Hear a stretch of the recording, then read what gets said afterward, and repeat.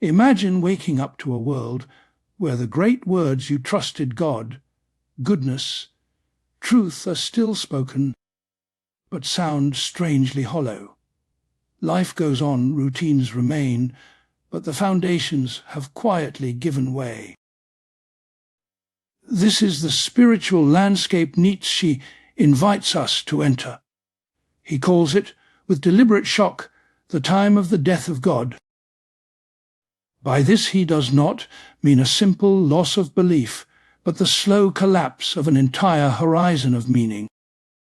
The old religious and moral frameworks, especially those shaped by Christianity, no longer command a living faith.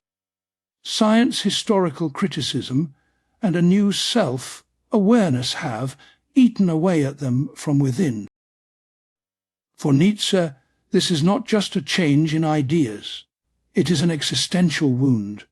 When inherited certainties fall silent, a question returns with new force: how shall we live now? If the old values no longer ring true, we can cling to their language while secretly feeling that nothing really matters, or we can face the emptiness directly. Here lies his first great insight. Nihilism is not an exotic doctrine, but a quiet mood already at work in modern life. From this wound grows a second insight. If our values are failing us, we must ask where they came from. Nietzsche urges a revaluation of all values, a deep genealogy of our moral feelings. He sees Christian morality as a vast reversal, exalting meekness over strength, obedience over creative independence, another world over this one. Beneath this, he diagnoses ressentiment, a buried resentment of vitality itself, teaching life to fear its own power. Yet Nietzsche does not stop at critique. His third, and perhaps most demanding, insight is a call to a new affirmation of life. The will to power names our drive to grow, to overcome, to shape ourselves and our world. The task is to ask which values help this power of life to flourish and which suffocate it. Here appear his figures of experiment, the sovereign individual who takes responsibility for their own values, Amor Fati, the love of one's fate, and the thought of eternal recurrence, the meditation of living as if you could will this very life, with all its pains and joys, to return again and again. As we walk this path with Nietzsche, the goal is not to agree or disagree in haste, but to let his questions touch our own. Where in your life are you still living on borrowed meanings? And what might it mean, quietly, courageously, to begin creating your own? Part 1. The Death of God and the Crisis of Nihilism. Consider the unsettling experience of realizing that what once felt solid beneath your feet is, in fact, only a thin crust over empty space. Outwardly everything looks the same. The churches still stand. The moral language of kindness, duty, and guilt still circulates. People marry, work, raise children, make plans. But for Nietzsche, modern Europe had quietly crossed an invisible threshold. The words continued. The faith that had once filled them did not. This is what he names, with deliberate drama, the death of God. It is not a single event, no bolt of lightning, no public announcement. It is a slow cultural process in which the Christian picture of the world loses its power to convince. The old belief in a divine lawgiver, in a cosmic order of justice, in an eternal reward and punishment, becomes unbelievable for more and more people. Science, historical criticism, psychological self-awareness all eat away at the old framework. but our habits of feeling and judging lag behind. Nietzsche's famous parable of the madman captures this lag. He imagines a man rushing into the marketplace with a lantern at noon, crying, "I seek God." The crowd laughs. Many of them no longer believe. They think the news of God's non-existence is old and obvious. But the madman's message is not simply there is no God. It is that we have killed God. Through our own intellectual and moral development, and that we do not yet understand what this means. God for Nietzsche stands for much more than a person like being in the sky. God names the whole structure of ultimate meaning that Christianity offered. A created world, a moral law written into reality, a final judgment that will set things right. To lose this God is to lose an unquestioned foundation for why we should be the way we are. When the madman says, "What were we doing when we unchained this earth from its sun?" he is asking, what happens to a culture when the light that once gave sense and orientation to everything suddenly goes out? In this darkness, Nietzsche sees the rise of nihilism.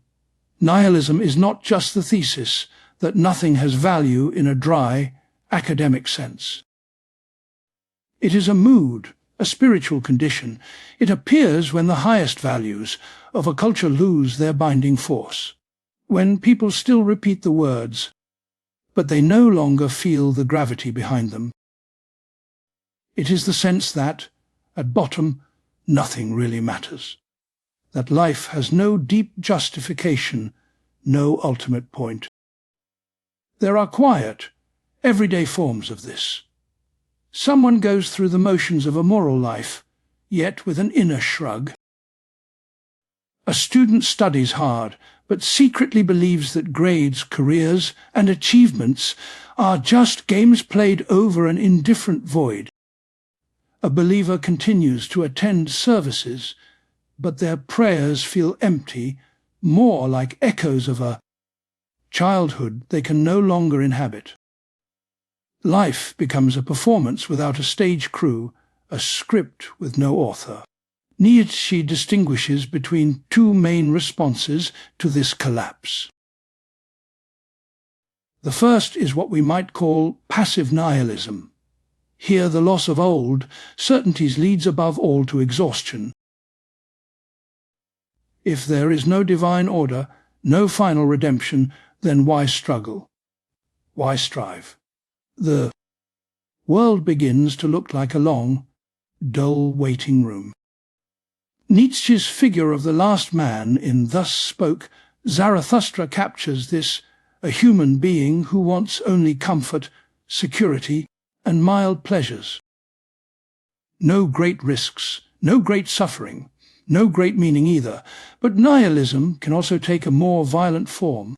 Active nihilism appears where people respond to the collapse of old values not with resignation, but with a desire to destroy.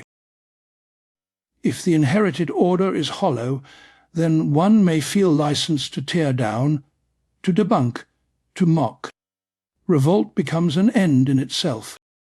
Nietzsche is wary of this as well. Destruction without a new creation of meaning is still a form of nihilism. It expresses the same conviction that nothing deserves lasting affirmation. Crucially, Nietzsche thinks that modern secular morality often remains Christian in disguise. We say we no longer believe in God, yet we continue to hold on to beliefs about the equal worth of all persons, unconditional duties, guilt before an invisible standard, and the hope that truth and goodness are aligned. These are, for him, the shadows of God. They persist for a while, even after the sun that cast them has set.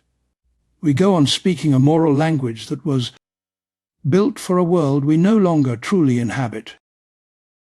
This is part of why the death of God is so disorienting. It is not simply that an explicit belief is gone. The entire background that gave that belief life has been eroded. We are left with fragments. High ideals we can know longer justify in the old way. Suspicion toward those ideals mixed with anxiety at the thought of losing them. We cling and we doubt at the same time. This tension is the crisis of nihilism. For Nietzsche, the danger is not that people will suddenly become monsters once they stop believing.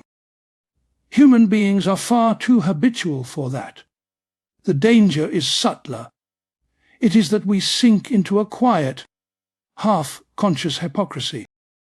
We claim to hold values that, deep down, we do not truly affirm. We say truth matters, yet only so long as it does not disturb our comfort. We praise selflessness, yet secretly fear the loss of our own advantage. This gap between word and will hollows us out from within.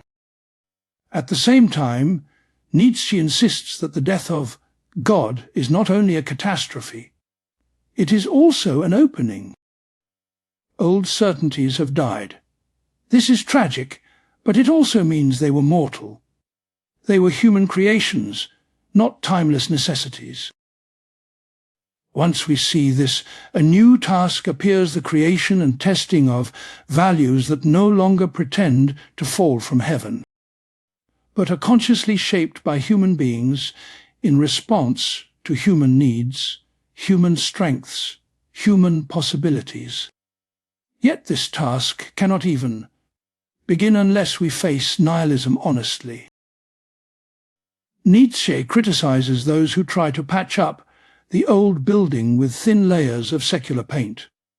Perhaps we can keep Christian morals but ground them in reason, or in human nature, or in some vague idea of progress. He doubts that these attempts will work. To him, they are forms of denial. They refuse to admit how deeply the old structure has collapsed. So the first step for Nietzsche is a painful honesty, to feel fully what it means that the traditional sources of meaning have become unbelievable, to allow the mourning, the sense of loss, the vertigo, to resist the temptation to escape immediately into distraction or easy replacements. This is not a purely intellectual move.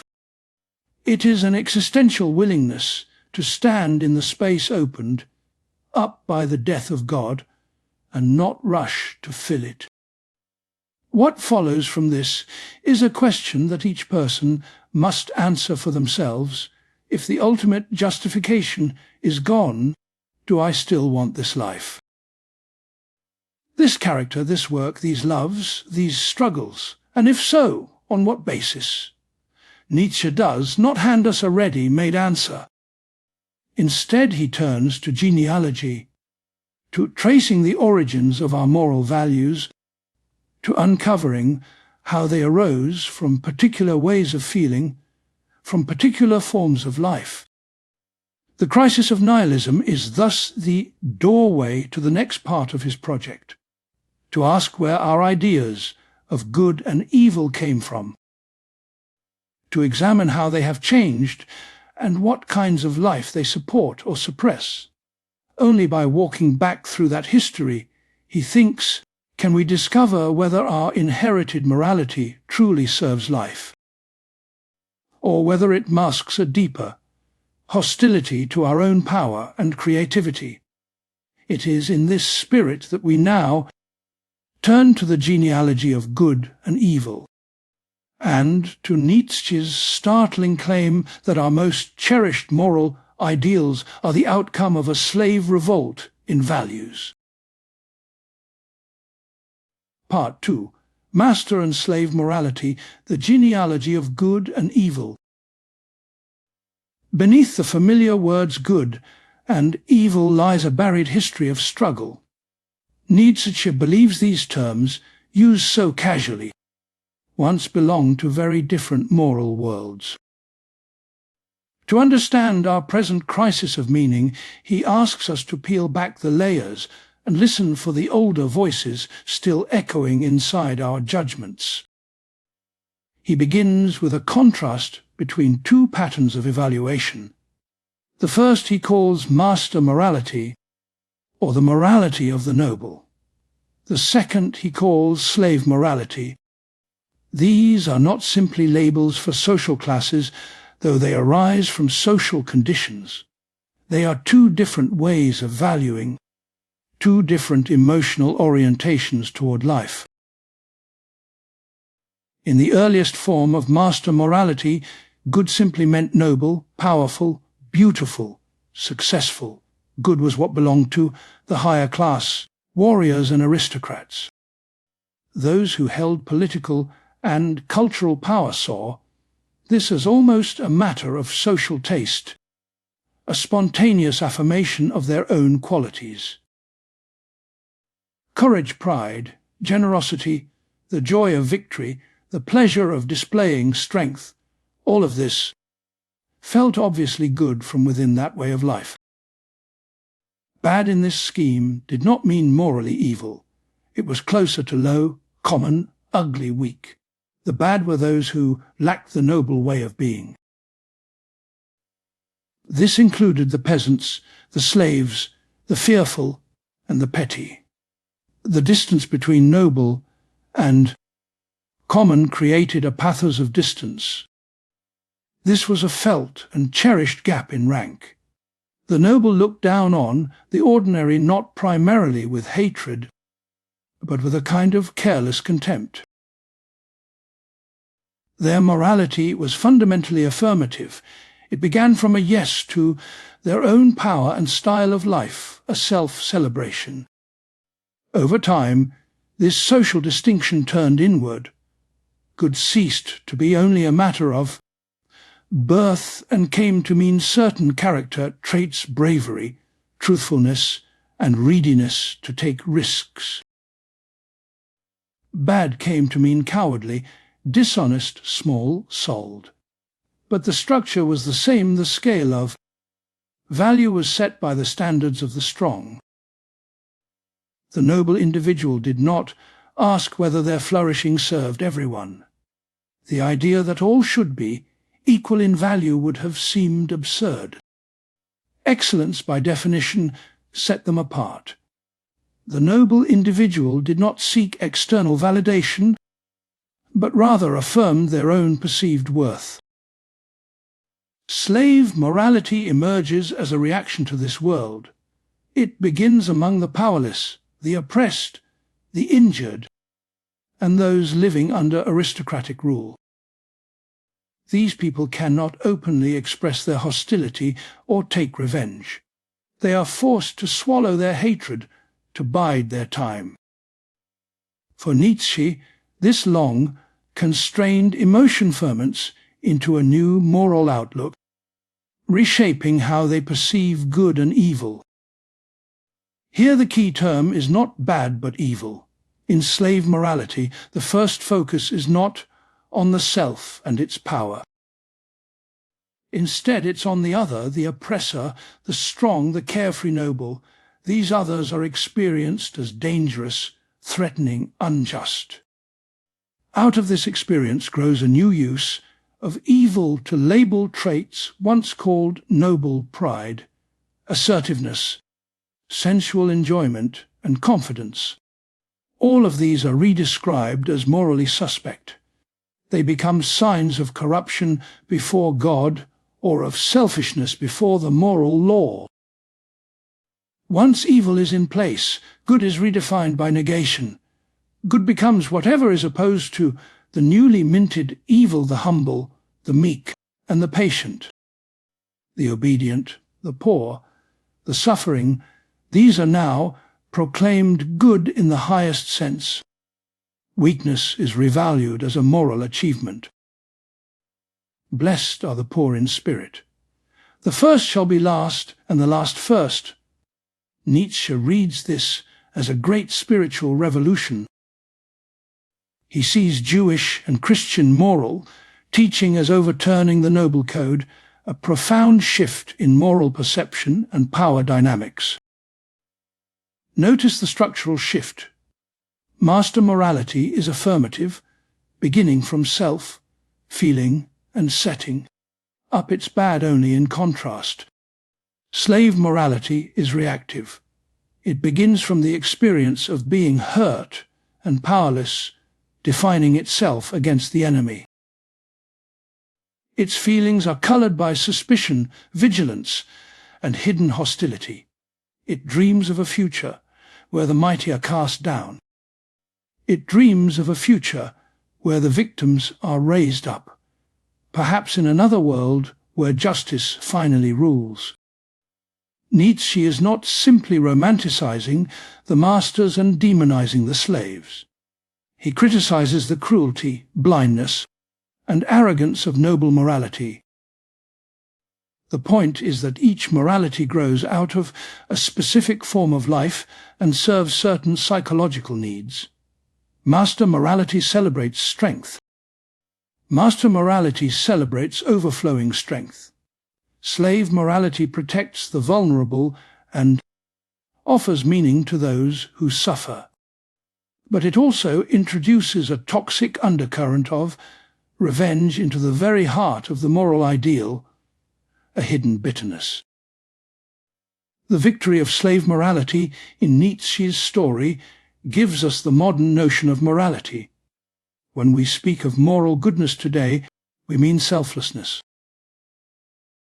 We also mean compassion, equal respect, and concern for the weak.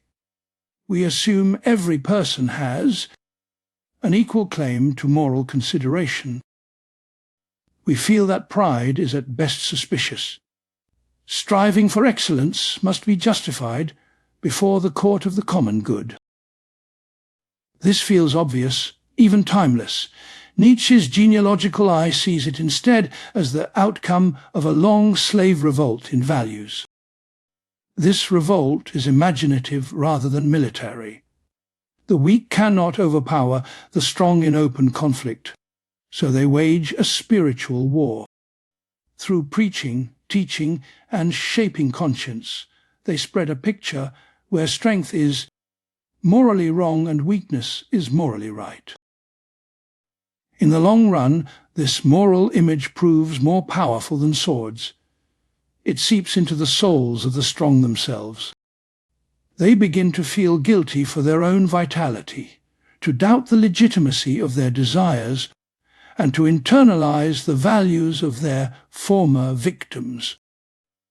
Modern people, Nietzsche suggests, are the heirs of both moralities at once. We still feel the pull of noble admiration for strength, creativity, and distinction. At the same time, we are saturated with egalitarian suspicion. We fear any claim to excellence is a form of arrogance. We suspect that striving for greatness must be selfish, unless it can be translated into service. We live in an internal civil war of values. Nietzsche's question is not purely historical. It is personal. When you call something good, what are you praising? Strength, independence, or courage? Is it the courage to stand apart? Or humility, compliance with an external rule, willingness to sacrifice yourself for others? When you condemn something as evil or selfish, what exactly offends you? Is it the harm done to others? Or is it the bare fact that someone dares to affirm their own power and pleasure, their own unique vitality? He invites us to hear within our own moral feelings the lingering voices of these two ancient worlds, master and slave.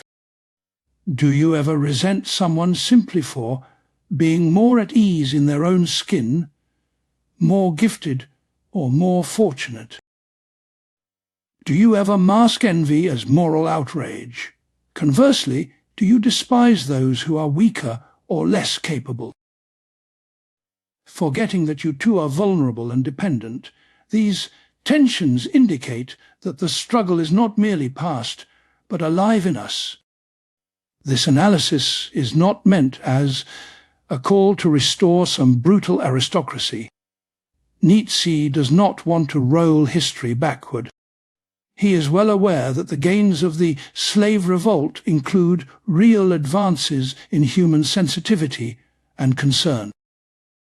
His worry is that, in the process, we have allowed a deep suspicion of life's active, overflowing energies to dominate our conscience. Our highest values may now work, often unconsciously, to tame, level, and shrink the human spirit rather than celebrating its fullness. The genealogy of good and evil thus sets the stage for a further diagnosis. How did the slave revolt take hold so deeply? What kind of inner psychology produces this systematic revaluation of values, a complete shift in perception? Here Nietzsche introduces one of his most influential concepts: ressentiment, slow, burning resentment that cannot find release in action. This slow, burning resentment, unable to find release in action, eventually remakes the moral world in its own image. To understand the depth of his critique, we need to look more closely at ressentiment, the hidden fuel of the revolt of the weak. Part 3. Ressentiment and the revolt of the weak. In tracing the emotional roots of our morality, Nietzsche pauses over a peculiar hatred, one that does not explode but sinks in. He calls it ressentiment. The word is French, but the experience it names is familiar: a long, simmering resentment. This resentment cannot act openly, and so it takes another path, a hidden and festering route. Ordinary anger is brief and focused. Someone harms you, you react, and the emotion is discharged in action. It passes or changes shape. Ressentiment, by contrast, belongs to those who cannot or dare not respond. The source of injury is too powerful, too distant, or too embedded in the structure of life for direct response. The emotion is blocked. What cannot be expressed outwardly turns inward and downward into the depths of the psyche. Imagine a subject people under harsh rule, or an individual repeatedly humiliated in a rigid social hierarchy. To protest would risk worse punishment, and to strike back would be futile. The hurts accumulate internally. The imagination begins to circle obsessively around the aggressor, rehearsing wrongs, fantasizing revenge. It savors images of a future in which the oppressor finally suffers. Over time, this chronic brooding becomes a stable personality feature. For Nietzsche, ressentiment is not only a private pathology. It is the emotional engine of the slave revolt in morality. Those who are weak, oppressed, or sick in body and spirit are often unable to engage the strong in direct conflict. Yet their hostility does not vanish. It seeks another outlet, and that outlet is moral revaluation. Unable to defeat the nobles in reality, they defeat them in value. This logic is both simple and profound. The strong, who affirm their own vitality, call themselves good. They see their enemies as bad, low, contemptible. The weak cannot change this external fact. So in their inner life, they transform the meaning of good and evil. They proclaim as evil precisely those traits that once defined nobility, pride, power, sensuality, joyful self-assertion, and they elevate as good those traits that arise from their own condition: meekness, obedience, humility, patience, long suffering. Here ressentiment plays a creative role. It is not just a feeling of injury, it is an interpretive force reshaping the moral field. Through sermons, stories, and teachings, the values born from ressentiment spread, slowly shaping societal norms. Children learn to feel guilty for wanting to stand out. The lucky are taught to distrust their own good fortune. The sick learn to see health and beauty as temptations or illusions. A moral world protects the weak, but at a psychological price. Nietzsche illustrates this dynamic with simple parables of everyday life. Think of the fable of the fox and the grapes. The fox cannot reach the grapes, so he decides they were probably sour anyway, dismissing what is unattainable. This is more than self-deception. It shows the basic pattern of ressentiment. What I cannot have, I condemn. What humiliates me, I declare worthless. In moralized form, this becomes the rich are spiritually empty, the beautiful superficial, the powerful are morally corrupt. Sometimes these judgments may be true, but the emotional root is often revenge. Nietzsche's point is that the emotional root is often revenge rather than impartial concern, tainting morality. Crucially, ressentiment does not acknowledge itself. It dresses itself in the clothing of justice, righteousness, or compassion. The weak do not say, "We hate the strong and want them to suffer." They say instead, "The proud will be judged," or "The first will be last," and "Those who enjoy life now will burn later." The moral vocabulary gives their hostility a noble mask, and even a sense of inner superiority. One can feel weak in every concrete respect, yet tell oneself, in the eyes of God, "I am better than they are." This sense of hidden superiority is one of ressentiment's most intoxicating flavors, a secret triumph. Nietzsche sees it in harsh religious fantasies of hell, and in the relish with which preachers describe the torments of the damned. He also sees it in secular moralism, in the way people can enjoy indignation for its own sake. One may be drawn to scandals, not from concern for victims, but to feel morally above the wrongdoer. Outrage becomes a subtle pleasure, allowing one to feel morally superior without personal risk or action. Nietzsche's diagnosis is uncomfortable because it does not allow us to keep our usual self-image untouched, revealing hidden motives. It suggests that some of our highest moral feelings may be rooted in a wish to drag others down, to diminish them. Even our defense of the weak can sometimes conceal a desire to limit the strong, to curb their perceived power. We may call for equality, not from a generous wish that everyone flourish, but from a secret rage that anyone should stand out. This does not mean that all moral protest is ressentiment. Nietzsche does not deny genuine injustices or brave resistance. The key difference lies in the capacity for action and in the emotional tone, direct action or hidden resentment. Where people can act directly, take risks, and face consequences, their protest has a different character. It is more likely to be mixed with courage, creativity, and a sense of shared responsibility, not just bitterness. Where protest is impossible or forbidden, ressentiment thrives in the shadows, poisoning moral judgments. The real problem, in Nietzsche's view, is what happens when ressentiment becomes a stable basis for a whole moral order.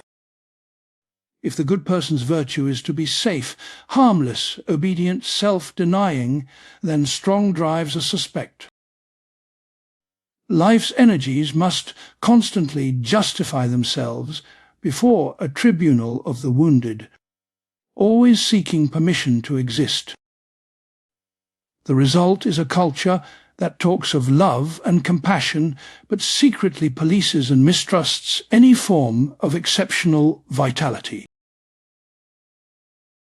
Modern democratic societies, Nietzsche thinks, are especially exposed to this danger, the levelling power of ressentiment. The ideal of equality can become a weapon against greatness. Public opinion can shame, attack, and level anything above the average. Nietzsche fears a future where the highest achievement is no longer admired but resented into silence, while those who embody ressentiment proudly present themselves as the true guardians of morality. Yet his critique is not simply social, it is also a call for inner honesty and self-reflection. Ressentiment is not just out there in historical movements or political campaigns, it is in the small grudges we nourish. It's in the way we talk about those who have what we wish we had, in our relish for stories of the mighty brought low. Nietzsche is asking each of us personally, where does your morality truly come from? From a deep yes to your own strength and possibilities, or from a lifelong no, disguised as a higher calling. Importantly, ressentiment is not destiny. Nietzsche hints at another path, a potential for growth. The same sensitivity that makes the weak vulnerable can, in another configuration, become a source of insight and creativity. The imaginative power that constructs revenge-filled moral worlds can also be turned toward art, philosophy, or self-transformation. The question is whether the individual can face their own resentment without flinching and transmute it, rather than simply moralizing it. To do this, however, one must give up a certain comfort. Ressentiment offers the consolation of always being the victim, never responsible, always right in one's own eyes. Leaving it behind entails risking guilt and ambiguity, a difficult step. It means acknowledging one's own share in conflict and failure. It also involves reclaiming one's capacity for action. However limited, one must reclaim action instead of withdrawing into judgment and fantasy, a path toward true strength. In Nietzsche's larger story, the revolt of the weak succeeded. Our moral world is deeply shaped by ressentiment's victories. But this is not the end of the story. The same forces that internalized cruelty also opened up new inner space. This includes the conscience, the capacity to make promises, and the possibility of self-overcoming, a complex development. In the next steps of his genealogy, Nietzsche turns to guilt, debt, and how we turn cruelty against ourselves. For now, it may be enough to pause with this thought: some of the most noble sounding values can grow from woundedness rather than strength. To live honestly, in Nietzsche's sense, is to ask what is really moving in us when we praise or blame, and when we call something or someone evil, what is our true motivation without illusion? Part 4. Guilt Debt and the Internalization of Cruelty. Far back in human memory, before guilt lived in our chests as a constant whisper, there was something much simpler and more visible: debt. You owed a cow, a piece of land, a service, a life. If you did not pay, your creditor took their payment in another form. Perhaps they seized your property. Perhaps they marked your body. Perhaps they made you suffer. Nietzsche asks us to begin there, on that rough and open ground. Before guilt was an inner feeling. It was a public arrangement. An eye for an eye, a tooth for a tooth, loss balanced by loss, pain balanced by pain. The logic is harsh, but it is also strangely clear. In this older world, punishment is not primarily about morality. It is about compensation. The one who has been harmed is entitled to some equivalent. If the stolen object cannot be restored, then the suffering of the wrongdoer takes its place. Cruelty here is not hidden. It is carried out in daylight, witnessed by the community. It leaves scars on bodies, not yet on souls. Nietzsche suggests that this is the soil out of which our modern idea of guilt grows. The connection between guilt and debt, so obvious in many languages, is not an accident. To be guilty is, at first, simply to be indebted. It is an economic concept, not a spiritual one. The bad person is the one who has not paid what they owe. But something begins to change. Human beings, especially in more settled societies, cannot forever live by open violence. Our aggressive impulses meet resistance. The free expression of cruelty, of rage, of instinctive force is increasingly constrained. Laws arise, customs harden, and the body is gradually protected. We become more civilized. This, for Nietzsche, is the turning point. What happens to all those drives that can no longer discharge themselves outwardly? They do not simply disappear. Energy does not vanish because a rule forbids its expression. Instead, a new and darker possibility opens. What if the cruelty that once struck outward turns inward? What if the human animal, blocked by social norms, becomes its own victim? Here Nietzsche locates the birth of what he calls bad conscience. The powerful instincts that once carved marks into others now begin to carve into the self. We start to interpret our failures, our impulses, our mere existence through a lens of indebtedness and blame. We feel that we owe something not only to other people, but to society, to morality, to God, to some imagined universal judge.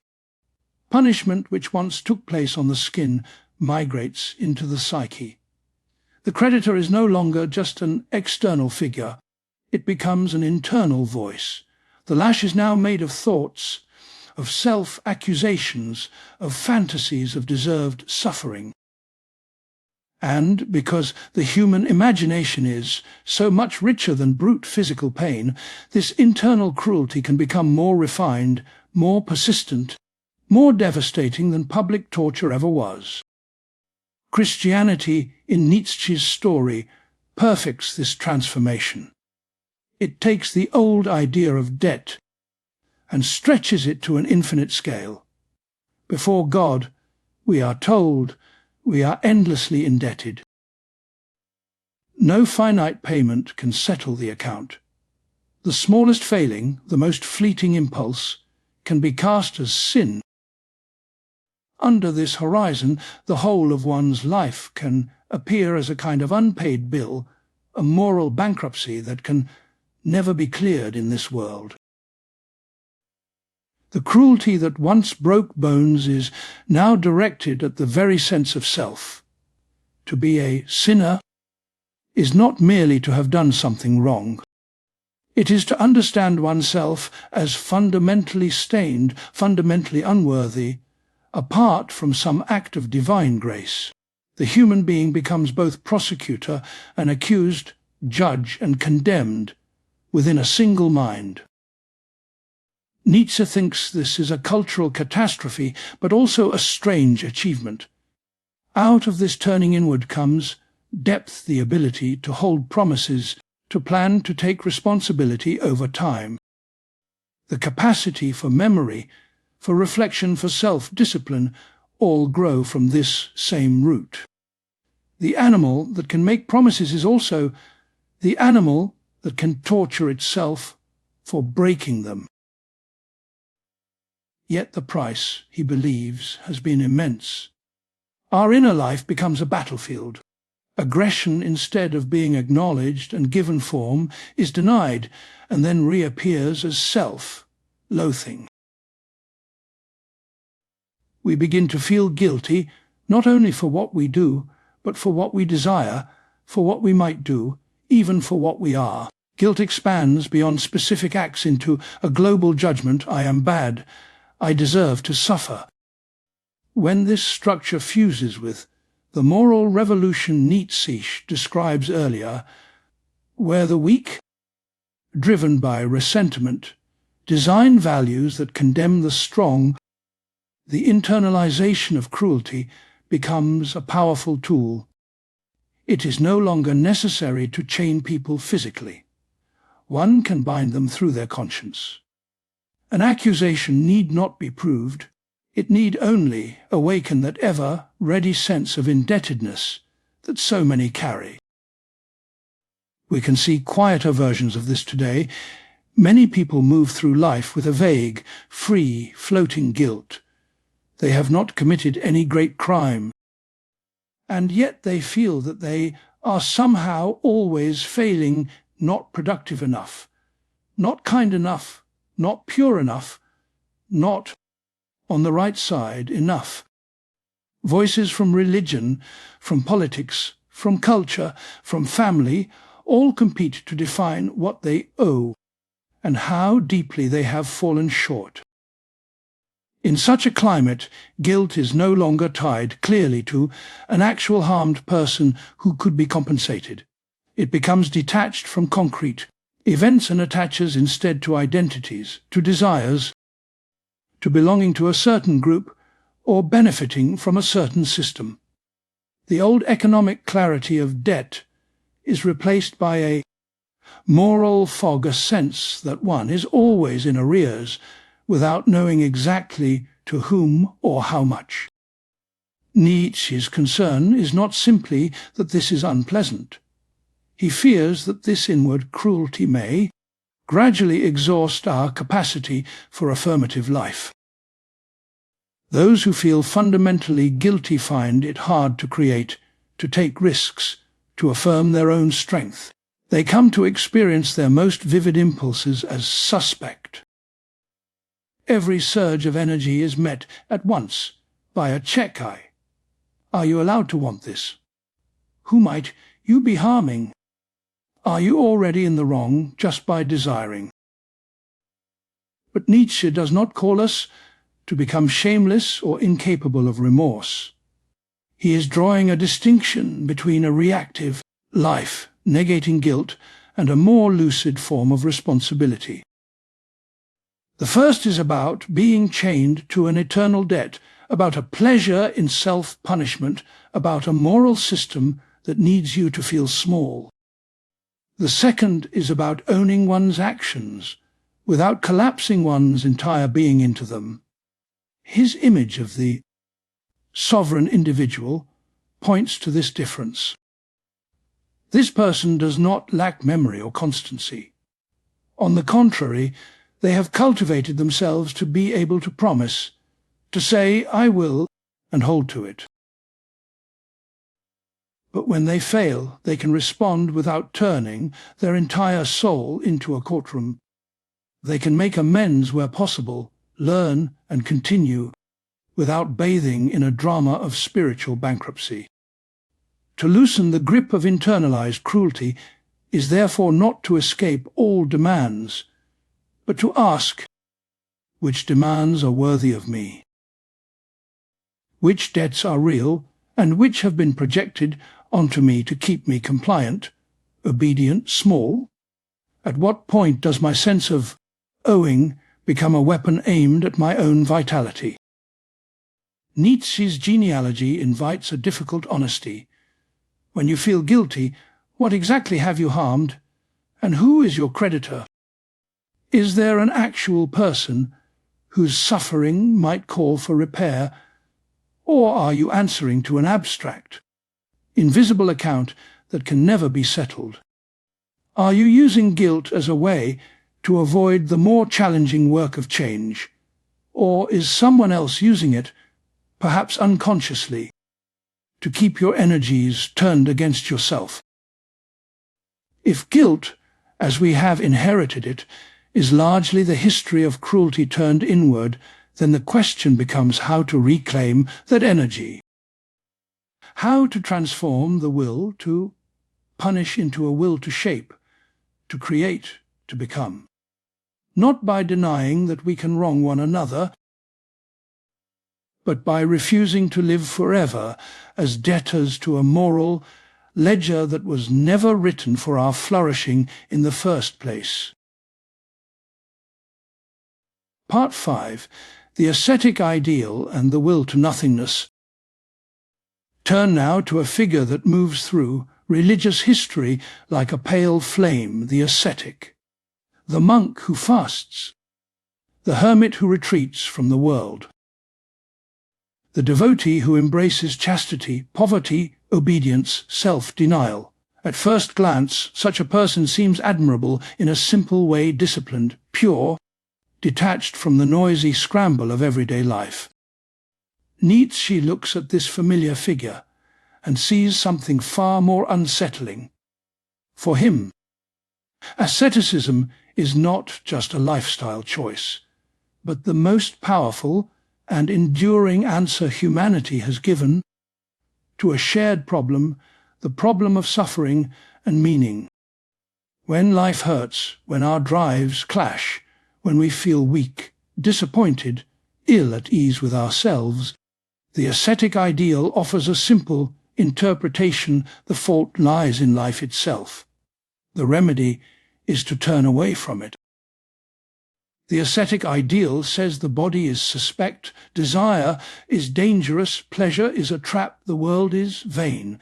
It turns our strongest impulses into enemies and calls their suppression virtue. The more you say no to yourself, the more you mortify your drives, the holier you become. Strength is redefined as the capacity to inflict deprivation on oneself. Nietzsche does not think this ideal is confined to monasteries. It appears in many guises, in religious saints who rejoice in suffering as purification. It also appears in philosophers who praise impersonal objectivity and treat their own drives as mere noise to be silenced, and in moralists who glorify self-sacrifice for its own sake, as if nothing is more noble than cutting one's own desires down to size. Why is this so attractive? Because the ascetic ideal gives suffering a meaning. Pain, frustration, illness, failure, these no longer appear as absurd facts. They become deserved punishments, or tests, or steps toward a higher, pure existence. My misery, under this interpretation, is not random. It is a sign that I am on the right path, or that I have a debt that can be paid down through self-denial. Nietzsche thinks this is a profound psychological bargain. For a person who feels inwardly sick, weak, or directionless, the ascetic ideal offers both an explanation and a task. You suffer because you are fallen, carnal, attached to this corrupt world. The way forward is to renounce, to withdraw, to crush your own instincts.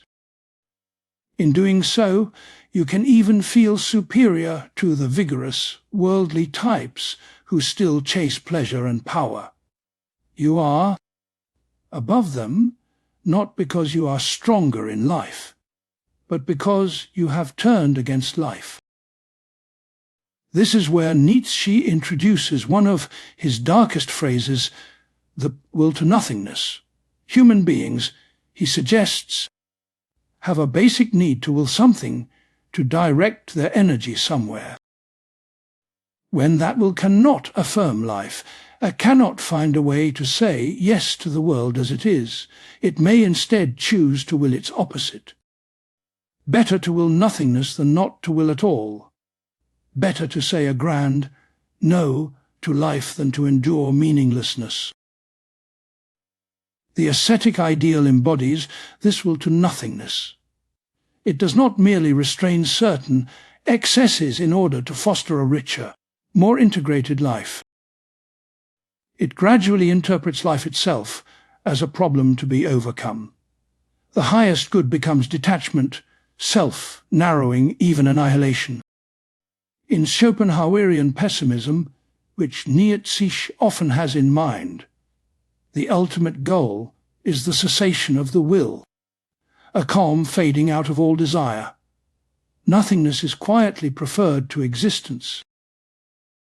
At the collective level, Nietzsche sees the ascetic ideal as a tool by which a priestly type gains power over a suffering herd.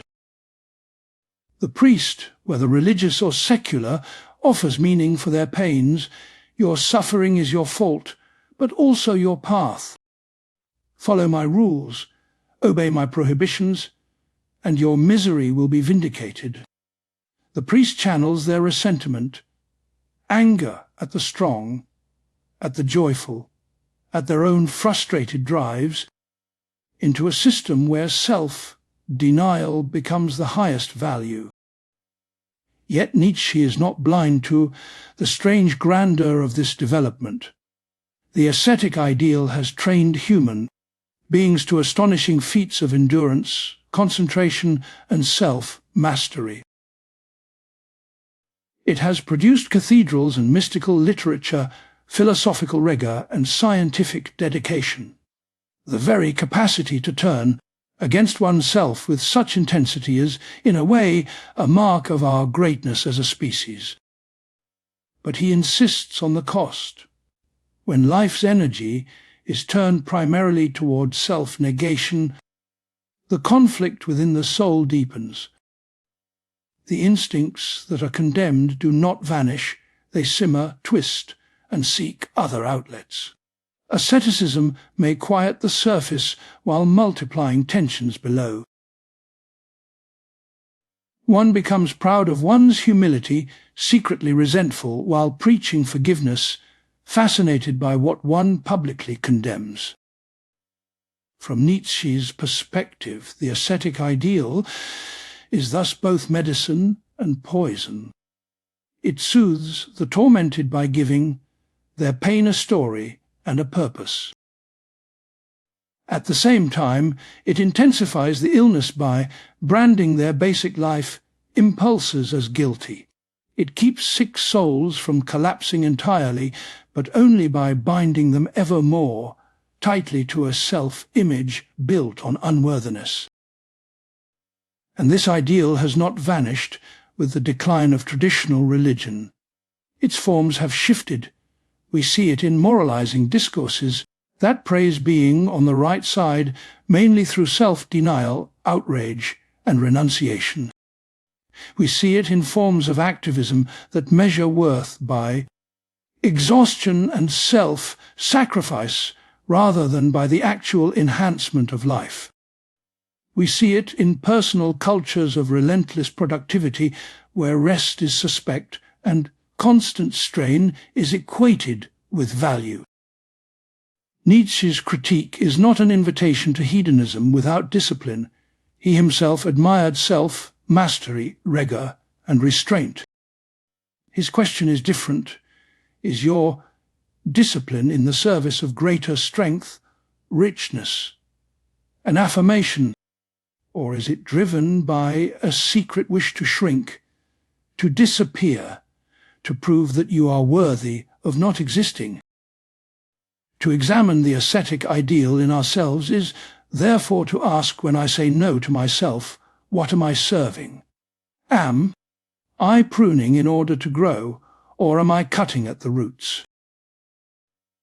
Do I praise suffering because of what it can build in me, or because it confirms a picture of the world in which life must always be paid for with self-hatred?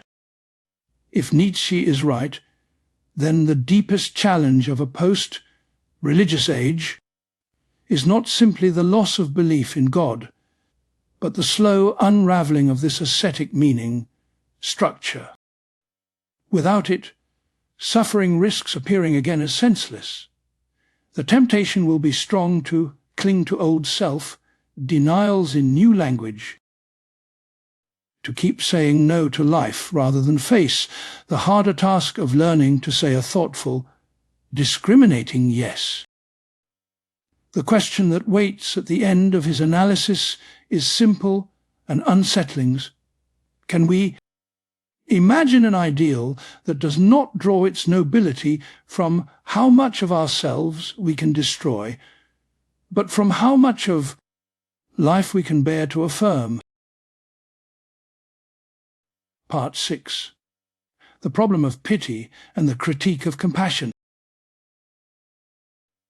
Listen closely to the way we praise compassion today. To be caring, empathetic, sensitive to suffering is, for many of us, the very core of morality. We are suspicious of anyone who seems cold or detached.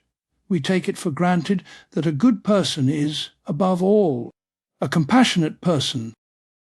Nietzsche steps into this moral atmosphere as a contrarian. He does not deny that helping others can be noble, nor does he advocate cruelty.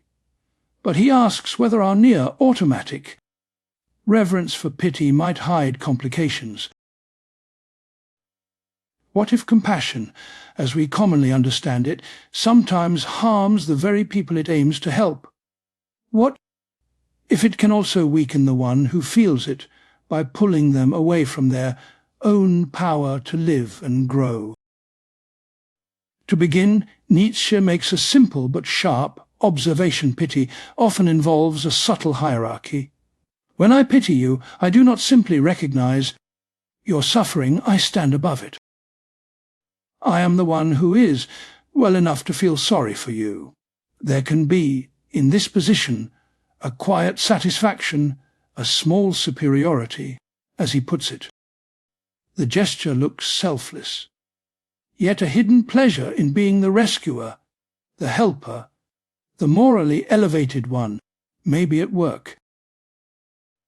This is not to say that all compassion is corrupted. Rather, it is to expose a temptation built into the very structure of pity. The one who suffers is easily turned into an object of moral drama for the spectator. Their pain becomes a stage on which the spectator can perform their goodness, their sensitivity, their righteousness. In such moments, the sufferer's own perspective and their need for dignity can be eclipsed. Nietzsche also worries about what he calls the contagion of suffering. Pity, especially when indulged as a mood, does not simply register pain, it multiplies it. I take on your suffering as my own. I begin to feel weighed down not only by my struggles, but by those of many others. If there is no deeper framework of strength, this accumulation can lead to fatigue, bitterness, or a quiet despair that nothing can really be changed. In his critique of Schopenhauer and Christian morality, Nietzsche sees a culture built around the primacy of suffering. Life is interpreted, first and foremost, through the lens of pain and vulnerability. In such a culture, pity seems like the highest virtue, the only humane response to a world experienced as inherently tragic or hostile. The goal becomes the reduction of suffering wherever possible. But Nietzsche questions the assumption beneath this goal that suffering is simply bad in itself, and that the highest value is its minimization. He suggests that there are other values, not reducible to pleasure and pain. Growth, creativity, self-overcoming, the formation of a distinctive character. These may depend, in part, on how we endure and shape our suffering. From this perspective, a problem arises. If we rush too quickly to relieve every hardship, if we treat all suffering as misfortune to be eliminated, we may inadvertently rob people of chances to transform their pain into strength. We do not know from the outside what someone might be able to make of their difficulties. By assuming that their suffering must be rescued away, we deny them the space to decide its meaning for themselves. Nietzsche is especially wary of compassionate responses that encourage people to see themselves primarily as victims. When pity fixes someone in their woundedness, it can become a cage. The person comes to identify with their injury, their oppression, their misfortune. Others gather around in sympathetic recognition, but no one demands or even imagines that the sufferer might one day outgrow this position. In such cases, compassion can serve ressentiment. It provides a moral high ground from which to judge the fortunate, the powerful, the healthy, without having to risk the harder work of building one's own strength. Anger and envy cloak themselves in the language of care. I suffer, or they suffer becomes an unquestionable source of moral authority. Nietzsche also turns his gaze towards self-directed pity. Many of us know the inward tone pour me. No one understands. My burdens are heavier than others realize. There is a sweetness in this posture, but also a trap. Self-pity wraps our suffering in a story that comforts us by making us special even as it immobilizes us. It focuses our attention on how hard things are, not on what might still be possible. What, then, is the alternative? Nietzsche does not propose indifference. His writings are full of concern about how human beings waste themselves, sink into sickness, and lose their integrity. Underneath his critique of pity lies a different ideal of relating to suffering, one that might be called a harder love. This harder love begins by acknowledging that suffering is woven into the fabric of life. It does not sentimentalize pain, but it also does not treat it as the supreme evil. It asks, in each case, what can be done with this? Can this loss, this frustration, this injury be integrated into a wider pattern of meaning? Could it be the site of learning, deepening, or a turn toward a more honest way of living? In such a framework, to help someone is not primarily to alleviate their discomfort as quickly as possible, but to support their capacity to respond creatively to their situation. Sometimes that will mean material assistance, protection, or comfort. At other times, it might mean refusing to indulge a narrative of pure victimhood and instead calling forth latent strength. We might think here of a mentor who does not swoop in to fix every problem for their student, but who remains near, encouraging, challenging, asking questions that help the student find their own resources.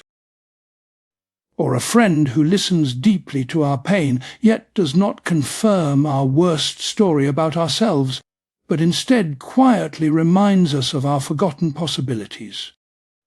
Nietzsche's suspicion of compassion also has a social dimension.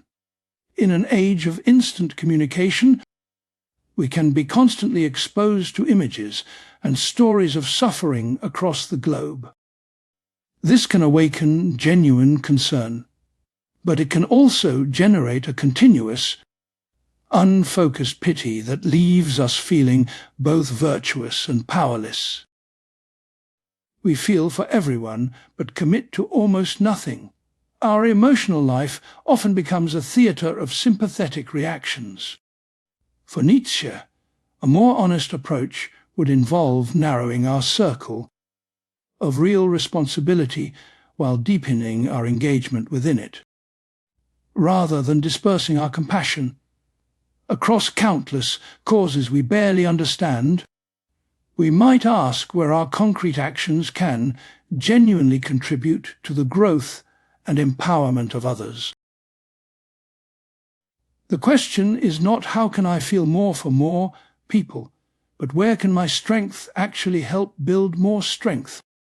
In the end, Nietzsche's critique of pity is a challenge to purify our motives and clarify our ideals. When we feel moved by another's suffering, we can ask, am I seeking to protect their dignity, or am I enjoying my role as the sympathetic one? Am I strengthening them, or confirming a story in which they, and perhaps I, remain helpless? Am I willing to see their potential for greatness, or do I secretly prefer them small so that my compassion can continue to shine? If compassion is to survive his critique, it must become less sentimental and more demanding. It must be ready, at times, to disappoint the craving for comfort, both in others and in ourselves. It must learn to see suffering not only as a wound to be bandaged, but also, sometimes, as a raw material from which a life of deeper depth and power can be forged. Such a compassion would not stand opposed to strength. It would be an expression of it, a way of loving others that does not fear their eventual independence or their possible surpassing of us, but quietly desires it. Part 7. Creating New Values, Objectivity versus Invention.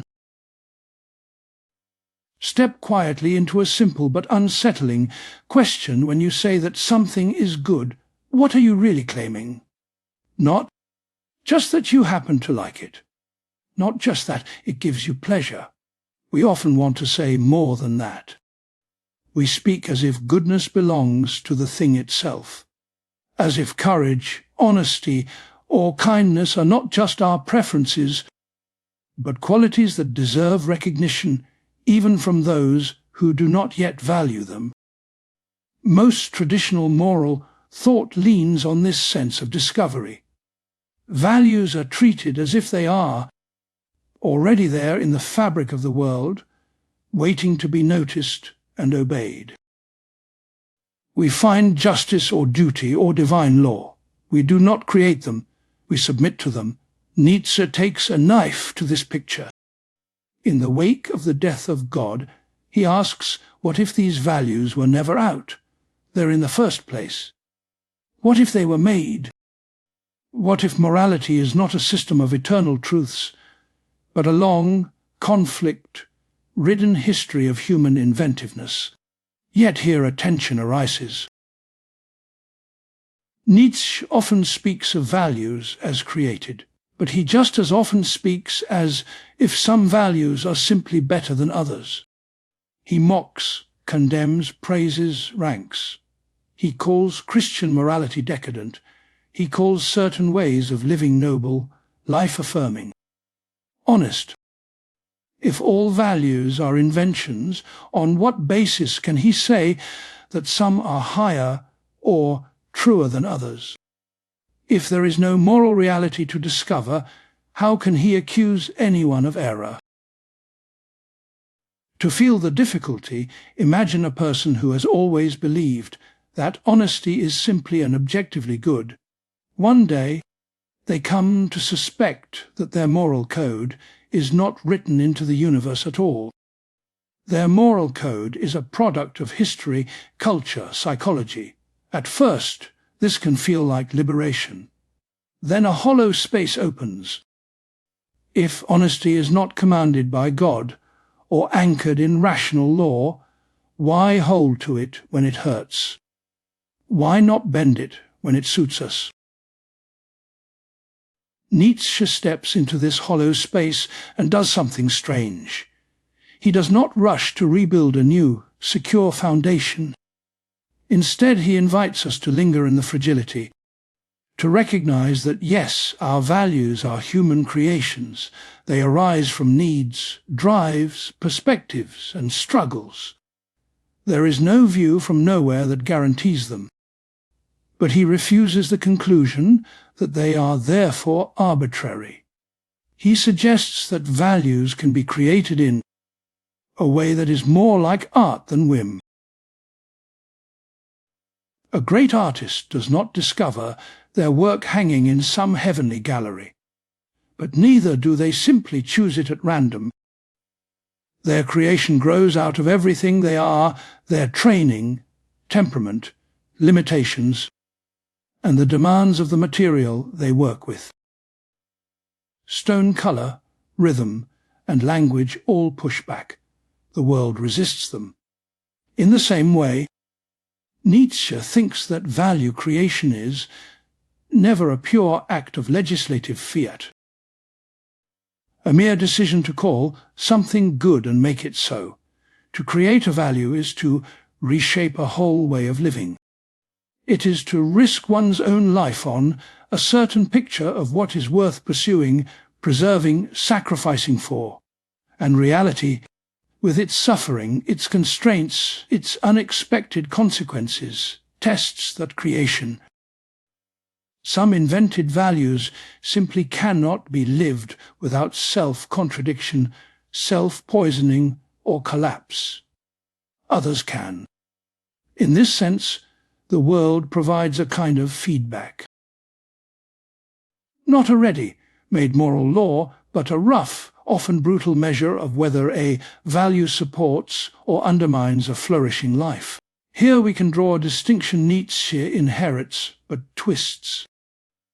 Desires, he notes, can continue even after we judge them foolish or self-destructive. I may know that a particular relationship, habit, or fantasy is bad for me and still want it. Values feel different. When I genuinely value something, I experience myself as answerable to reasons. I seek justification. I feel that my valuing should survive daylight. Nietzsche accepts this difference, but he relocates the source of that daylight. It is not a divine command, nor a moral law floating above human life. It is the ongoing experiment of living with a value and seeing what it does to us individually, culturally, over generations. This is one way to understand what he calls revaluation. When he tells a story of the slave revolt in morality, he is not describing the discovery of new moral facts. He is describing a historical event in which the weak, the resentful, those denied open forms of power, slowly inverted the social value system. They called their own weakness good, and the strength of their enemies evil. This, for Nietzsche, is a paradigm of value creation.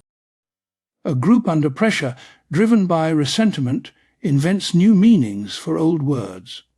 Humility, meekness, and obedience are elevated. Pride and aggression are demonized. Over time, this creation takes hold. It organizes emotions, institutions, and self-understanding. It comes to feel objective. And yet, Nietzsche insists this is not the last word. These values can themselves be revalued. We can ask what kind of human being do they produce? What relation to life do they encourage? Do they strengthen or weaken our powers to act, to think, to affirm existence as it is? On this view, to say that a value is true or false is not to say that it corresponds or fails to correspond to some independent moral realm. It is to say that, when tried in practice, it reveals itself as either life-enhancing or life-diminishing, honest or self-deceiving. But Nietzsche is not content with wholesale cultural narratives. He also turns the question inward, toward the individual. What would it mean for a single person to create new values? It is tempting to imagine a kind of sovereign choosing. I simply pick what matters to me. Yet Nietzsche warns us against this fantasy of pure freedom. Our values arise from our deepest drives, our histories, our vulnerabilities. We do not stand above them as neutral legislators. We are the battlefield on which they clash. Creating values, then, is not like drafting a new constitution from nowhere. It is more like slowly discovering, through trial and error, which commitments fit the shape of one's soul. It is learning what you can honestly live by. Here the language of objectivity reappears in a transformed way. A newly created value has a claim to objectivity, not because it mirrors a moral sky, but because it proves itself stable under reflection, resistance, and encounter with others. It is not just a mood. It is a pattern of interpretation and action that can be shared, communicated, and tested in intersubjective life. Think of someone who abandons a rigid, inherited morality and resolves to live by a self-made creed of pleasure alone. At first, it may feel like liberation, but over time, this person may notice hollowness, boredom, a lack of depth in connections. They may come to feel that their own value creation was shallow. Reality has answered them. Another person, equally freed from old certainties, might commit themselves to long, difficult projects. Creative work, political struggle, deep relationships. They too have invented their values, but the invention has weight. It holds up under suffering, conflict, and time. It produces a self that is more integrated, more capable of affirming life. Nietzsche's talk of creation is meant to capture this difference. Values are not found, they are made. But they are not made all at once, or in a vacuum, or by sheer decision. They emerge from the disciplined work of shaping a life, and they either succeed or fail by how that life unfolds. This is why he so often turns to artistic metaphors. The great creator does not simply imagine something privately beautiful. They bring into being a form that others can enter, inhabit, and be changed by. Their work has intersubjective force. It creates a new standard, a new lens through which the world is seen. Nietzsche dreams, provocatively, of values that work in a similar way. Not commandments, but styles of existing that gradually reshape what whole communities experience as admirable or contemptible, noble or base. For us, this leaves a demand that is both liberating and heavy. We cannot hide behind an imagined moral order that absolves us of responsibility. Nor can we retreat into the pose of the ironic creator, treating all values as fictions we can put on and discard at will. We are called, instead, to an ambiguous task to invent values while knowing they are inventions, and yet to take them seriously, enough to live and die by them. To let the world test them, to let suffering, conflict, and joy tell us whether our creations deserve our loyalty. In this light, Nietzsche's supposed subjectivism softens. Values are indeed rooted in subjects, in their drives, interpretations, and creative acts. But once created, they do not remain mere private fantasies. They shape a shared world. They bind, they demand, they can be criticized and revised. The question that lingers after Nietzsche is not whether values are invented or discovered. For him, the age of discovery is over. The more pressing question is, what are you doing with the fact that you are, inevitably, a value creator? Do your values bear the weight of your life? Or are you still living, half aware, on meanings you no longer truly believe? Part 8. The Will to Power Psychology and Metaphysics. Move closer now to one of Nietzsche's most contested ideas, the will to power. The phrase can sound ominous, almost brutal. It has been misused to justify domination, cruelty, and political nightmares. But if we listen carefully, the picture that emerges is more subtle and unsettling. He invites us to look beneath the surface of our ordinary explanations for action. We say we work to earn money, seek friends to avoid loneliness, pursue knowledge to understand the world. These reasons are not false, but Nietzsche suspects they are incomplete. He asks us to notice something simpler and deeper.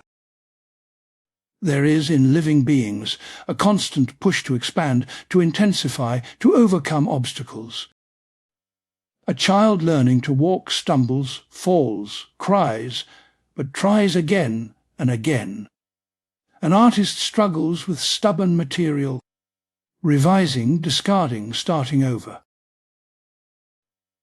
A scientist remains gripped by a problem long after its practical relevance has faded. What is most alive in us seems less like a desire for comfort or preservation. It's more like a striving to test and extend our powers. We want to feel ourselves capable of more. Nietzsche gathers this tangled set of phenomena under one name, the will to power. At its most basic, it is the tendency of drives, instincts, and forces to encounter resistance and to attempt to overcome it. Here, though, a question arises. Is the will to power meant as a grand metaphysical theory about the structure of all reality? Or is it chiefly a psychological insight into how human beings, and perhaps other living things, actually function?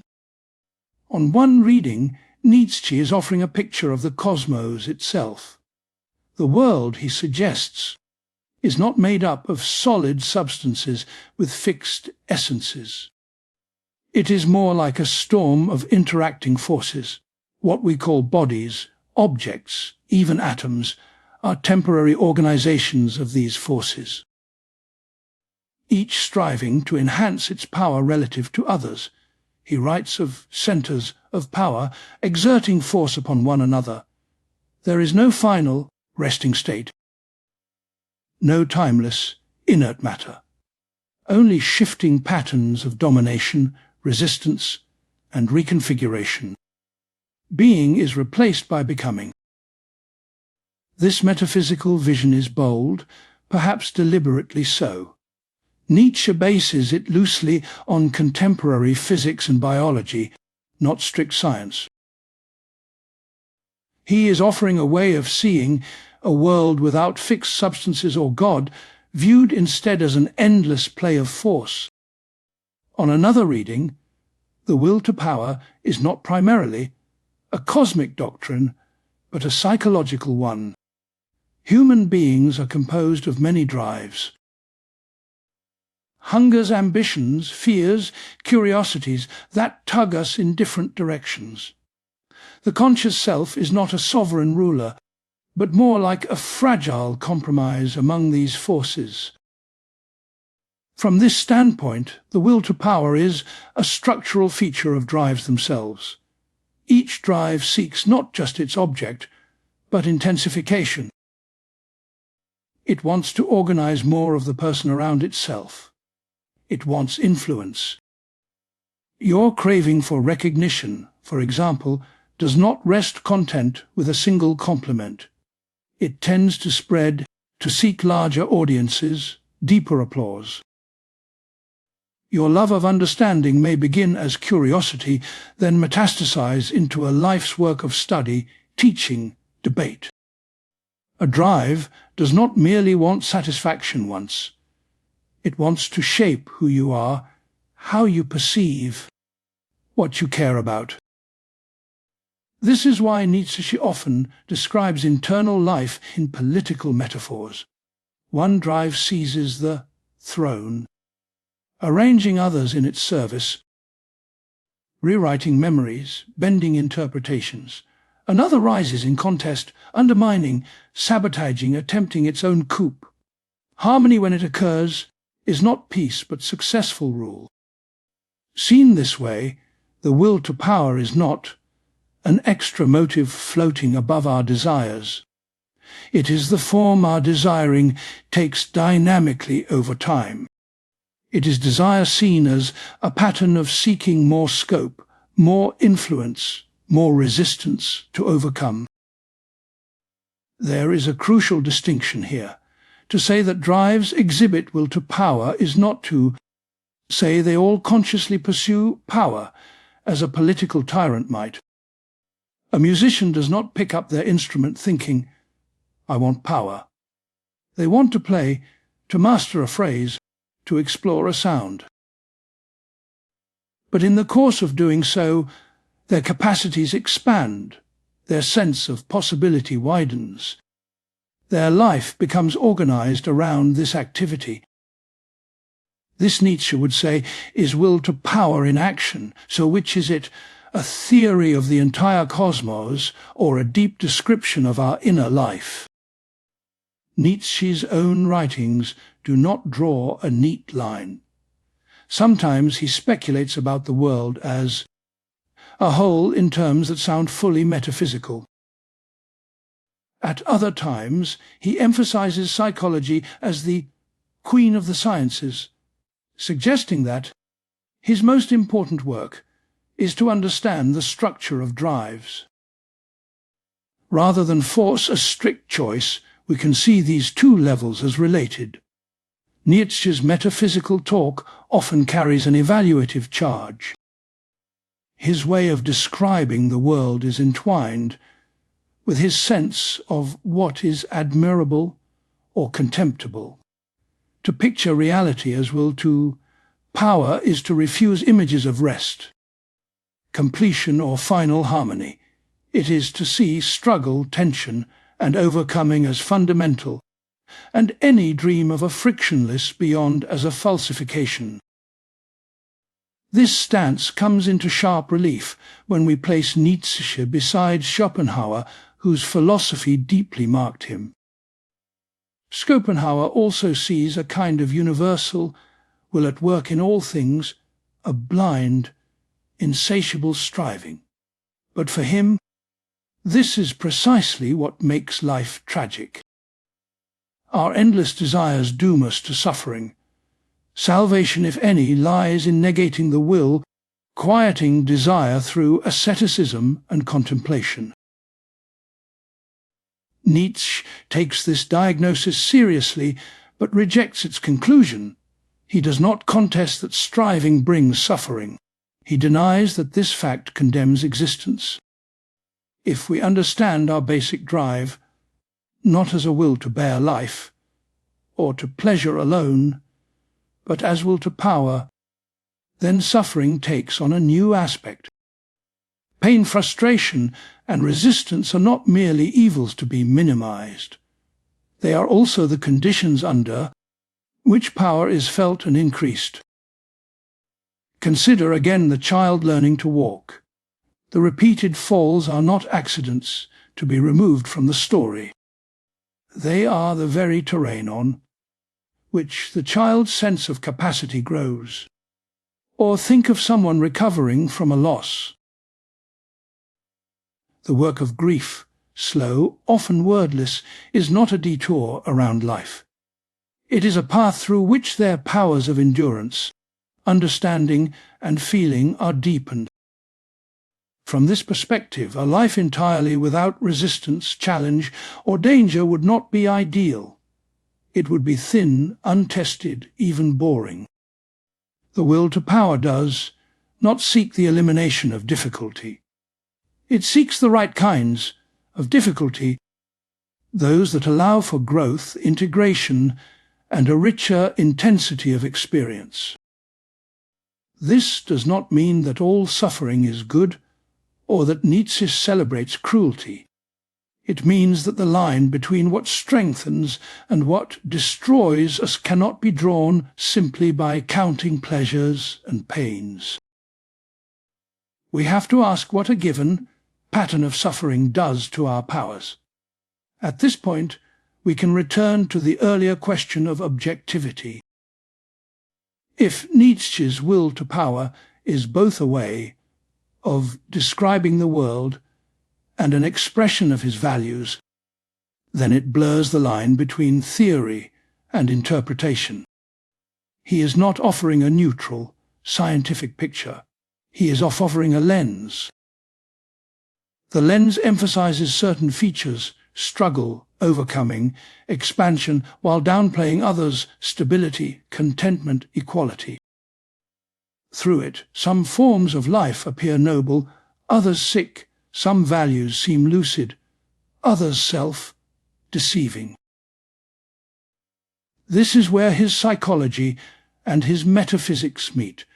To see yourself as a knot of competing wills to power is already to question the ideal of a transparent, self-governing subject. To see the world as a field of forces is already to challenge religious and moral dreams of a fixed, God-ordered hierarchy. For the listener, the question is not whether to assent to the doctrine of the will to power as an abstract thesis. It is whether this way of looking helps you understand your own experience more honestly. You might recall times when you pursued something you thought you wanted: security, approval, comfort, and found yourself strangely restless when you attained it. The plateau felt like a loss of altitude, or moments when, in the very midst of exhaustion and difficulty, you sensed a heightened aliveness because you were at the edge of what you could do. These are small hints of what Nietzsche means. The will to power is not an excuse for trampling others. It is a name for the fact that, beneath our stories and justifications, we are beings whose deepest satisfactions come from testing, expanding, and organizing our capacities. But this insight can be turned in darker directions too, when the will to power cannot find creative outlets, when it is hemmed in by fear, guilt, or rigid values. It does not simply disappear. It may turn inward, expressing itself as self-contempt, self-harm, or a desire to drag others down to one's own level. Nihilism for Nietzsche is not the absence of will to power. It is will to power that has lost a worthy object. It lashes out, or sinks into apathy, or cherishes ideals that negate life. Understanding the will to power psychologically therefore becomes part of Nietzsche's therapeutic project. By recognizing the forms this striving takes in us, we may be able to redirect it. Away from resentment and self-destruction toward projects, relationships, and practices in which our power expands without needing to deny the world. The metaphysical language, the grand vision of forces and power, centers, can be read as a kind of imaginative backdrop for this more intimate work. It dramatizes a basic claim: there is no final peace for creatures like us. Our being is bound up with becoming. The question is not how to escape this, but how to affirm it. To ask whether the will to power is literally the stuff of which all things are made may be, in the end, less fruitful than to ask what happens if I treat my own life as an unfolding of this will. Which of my values, habits, and attachments nourish my powers to think, feel, create, and connect, which secretly aim at shrinking them, even when they dress themselves in the language of goodness. In this way, Nietzsche's most controversial idea becomes less a dogma and more an experiment, a way of interpreting both inner and outer worlds that might, if taken seriously, change how we live. Part 9. Power as the fundamental standard of value. Beyond familiar moral words, good, bad, right, wrong, Nietzsche wants to ask a more basic question. By what measure are we judging at all? If the will to power expresses something fundamental in life, then perhaps our evaluations should be traced back to it. Perhaps what we call good is, at bottom, what enhances power, and what we call bad is what weakens, fragments, or suffocates it. At first hearing, this can sound crude, even repulsive. It seems to echo the slogan, "Might makes right," the cold idea that whatever is stronger is therefore justified. It calls to mind conquest, exploitation, political tyranny. Nietzsche is aware of this reaction. Part of him even welcomes the discomfort, because he wants to disturb moral complacency. But he also insists on a more nuanced understanding of power than this caricature allows. Power, in his richest sense, is not simply the ability to dominate others. It is the capacity of a life to grow, to integrate its drives, to shape its environment and itself. It includes self-mastery, depth of character, creative fecundity, and the ability to endure and transform suffering. Think of an accomplished musician. Their power is not measured by the number of people they can coerce, but by the range of sounds they can produce, the subtlety of their interpretations, the way they can draw others into an experience. Or consider someone who has worked through deep trauma. Their power appears in their resilience, their understanding, their expanded sympathy, and in the way they can now hold tension and ambiguity without breaking. For Nietzsche, these are not soft, secondary virtues. They are direct expressions of what life at its best can be. When he suggests that enhanced power is the fundamental good, he is not recommending that we all become tyrants. He is proposing that, if we look closely, the forms of life we admire, even in our ordinary moral language, often track some version of this increase in capacity. We praise courage because it expands what one can face.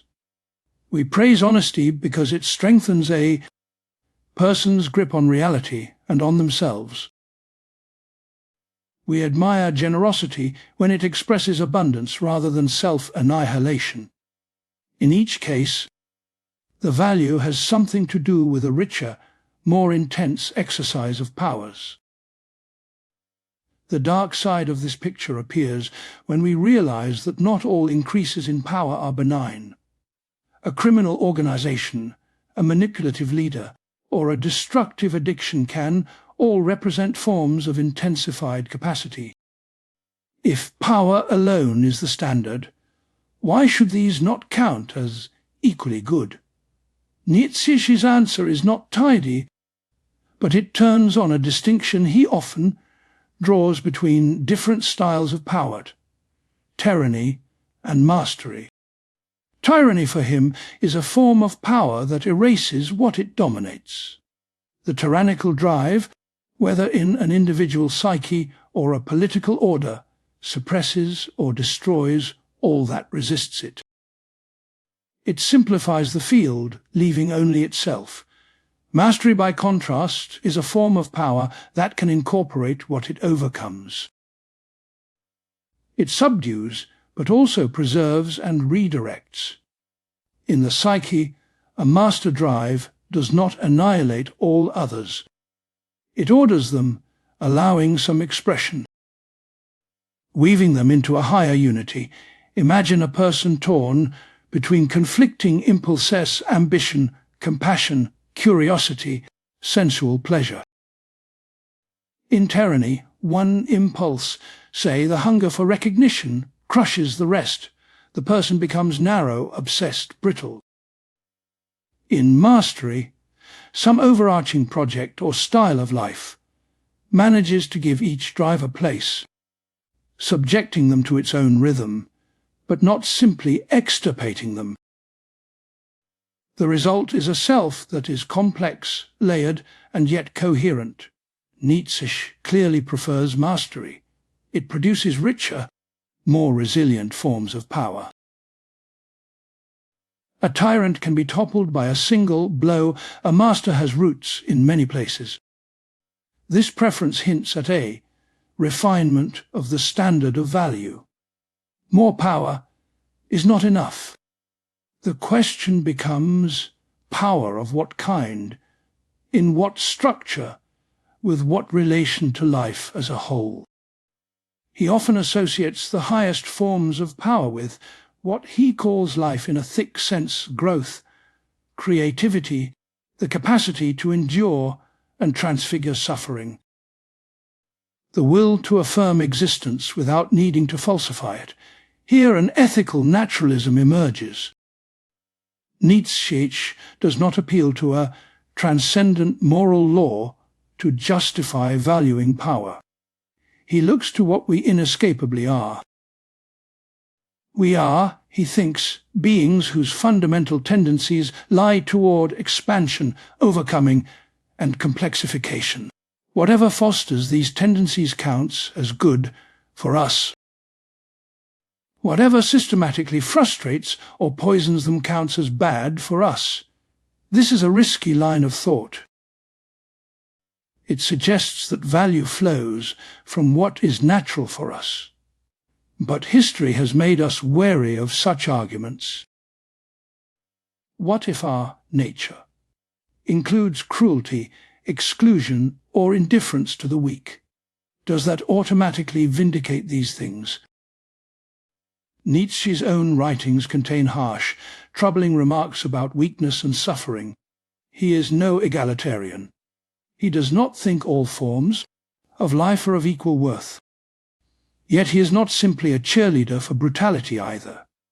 What he consistently admires are forms of power that can afford generosity, that can create new possibilities for others rather than merely feeding on them. His vision of high culture is one in which stronger individuals provide meaning, direction, and rich forms of life in which many can participate. From this standpoint, parasitic or destructive powers, those that hollow out their environment, depend on deception, or collapse under scrutiny, look less like strength and more like a brittle overcompensation. Still, the danger remains. If we make power our fundamental standard, how do we guard against its darkest expressions? Nietzsche does not supply a formula. His thought keeps the tension open. For us, one way to approach his proposal is to translate it back into personal and cultural questions. Instead of asking abstractly, is power good, we might ask, in my own life, which commitments actually increase my powers to think, feel, create, and relate, to live with greater intensity and coherence? Which ones drain or fragment those powers, even when they come wrapped in the language of virtue, a moral code that trains you to despise your body, distrust your impulses, and fear joy may keep you obedient. But does it make you stronger in Nietzsche's sense, or does it cultivate a kind of internal weakness, a fragile goodness that collapses when external supports are removed? By contrast, practices that teach you to tolerate uncertainty, to own your desires, to see clearly even what is painful. These may not feel comforting. They may look hard, but Nietzsche would see in them the germs of a higher strength. This is why he is suspicious of certain forms of pity and compassion, not because he rejects concern for others, but because he sees how easily pity can become a way of fleeing from the reality of suffering. We rush to alleviate pain not only out of kindness, but also to avoid confronting it. We may even subtly encourage dependence, because the weakness of others reassures us. Such compassion, in Nietzsche's eyes, can be life-denying. It shields both giver and receiver from the hard work of growing through difficulty. It can sap power instead of cultivating it. There is room in his thought, however, for a different kind of care, one that aims not at removing all struggle, but at strengthening the other's powers. This might mean supporting someone through a trial without prematurely ending it, or speaking truths that hurt in the short term, but enable growth in the long term. Under the standard of power, then, the question is always dual: what does this value or action do to the strength of the one who acts? And what does it do to the strength of those affected? This way of thinking can unsettle inherited moral reflexes. Many values we take for granted, humility, obedience, self-sacrifice, are not simply rejected by Nietzsche, but judged by their effects on power. A humility that shrinks from any assertion, that refuses to own its own gifts, may be a form of masked resentment. A humility that allows one to learn to recognize limits, to integrate criticism, this can be a form of strength. An obedience rooted in fear and self-contempt weakens. An obedience that is a temporary discipline in service of self-overcoming, a student submitting to a demanding training, for instance, may foster future power. A self-sacrifice that annihilates one's own possibilities for the sake of an abstract ideal may be a symptom of nihilism. A self-giving that springs from abundance, that creates new life knowledge or beauty for others, may be one of the highest expressions of power. Seen in this light, Nietzsche's standard of value does not yield a simple list of permitted and forbidden acts.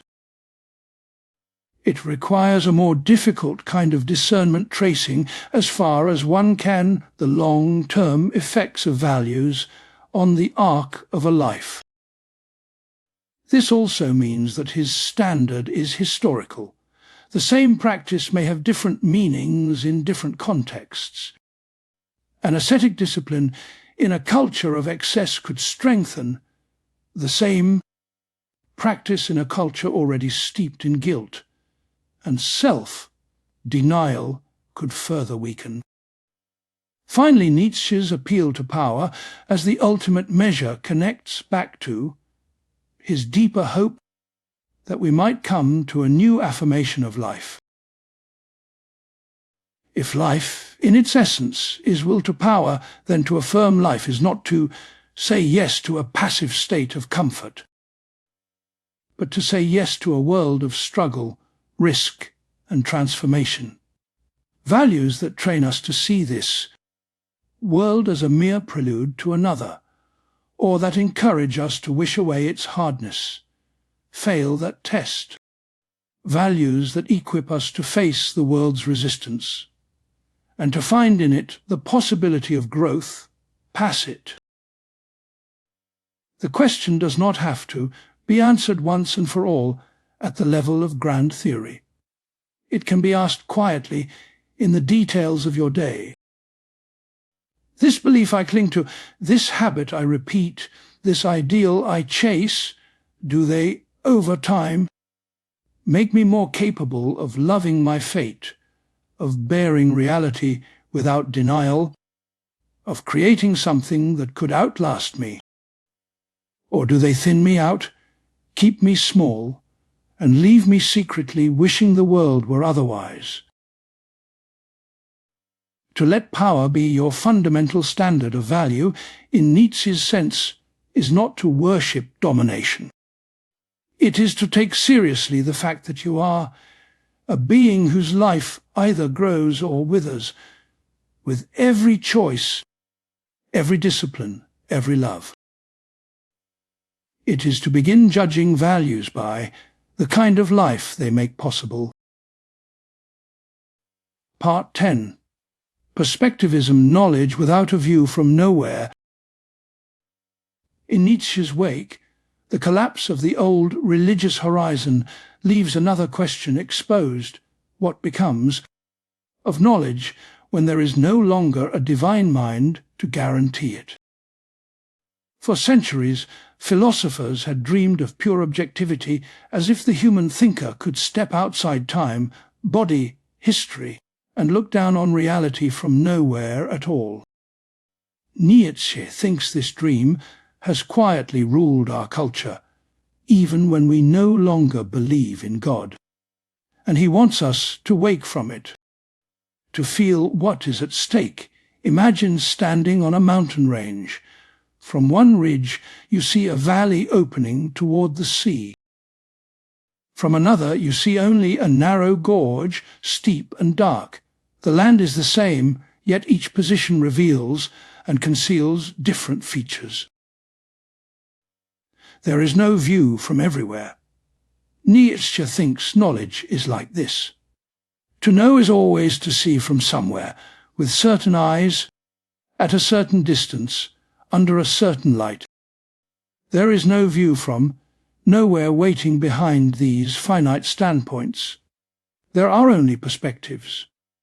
At first, this can sound like a recipe for despair. If everything is perspective, does that mean anything goes? Does it mean there is no truth, only opinion, mood, and prejudice? Nietzsche is pressing in a different direction. He is not content with easy relativism. His question is sharper. What if the very demand for a perspective, free truth, is itself a kind of illusion? What if we could learn to practice a more honest, more modest form of objectivity that begins from our limits, instead of denying them? Perspectivism for Nietzsche has a critical edge. He thinks most philosophers have smuggled their personal needs and temperaments into their systems, then pretended they had discovered eternal truths. A fearful soul will build a quiet universe of stability and law. A resentful soul will multiply duties and debts. A proud, energetic soul will imagine a world of flourishing forces. Each calls its vision reason or morality or God. Nietzsche's first move is to unmask this. Philosophies are not neutral descriptions of the world. They are confessions of the thinker. They are memoirs written in the language of concepts. But perspectivism is not only unmasking, it is also an invitation to a different practice of knowing.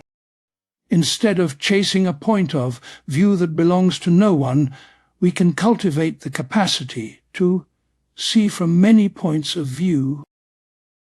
Objectivity in this sense is not the absence of perspective, but the disciplined use of multiple perspectives to correct and deepen one another.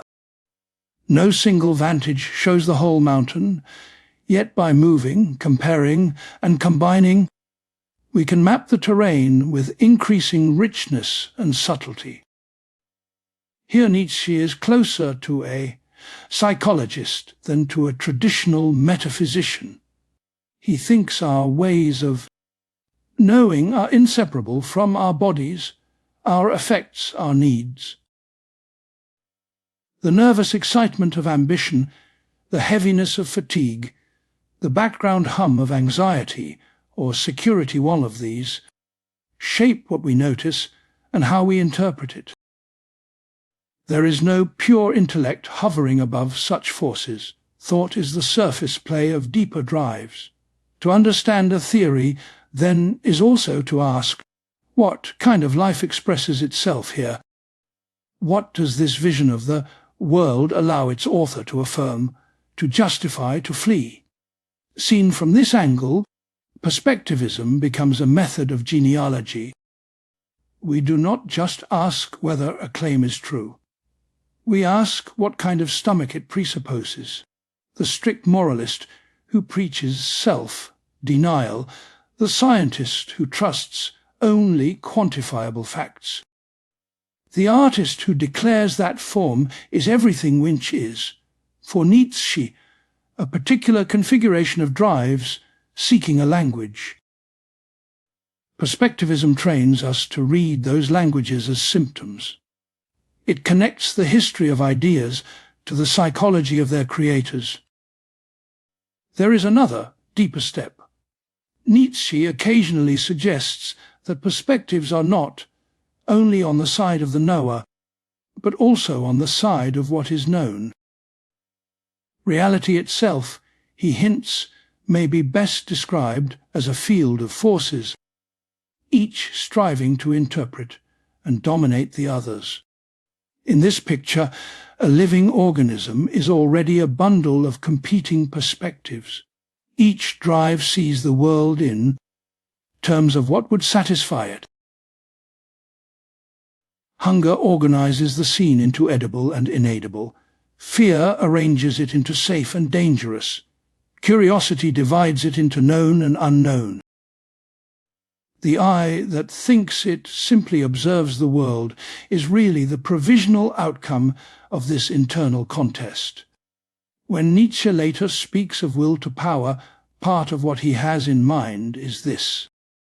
Reality is not made of inert things, but of centers of activity, each casting its own horizon of relevance and meaning.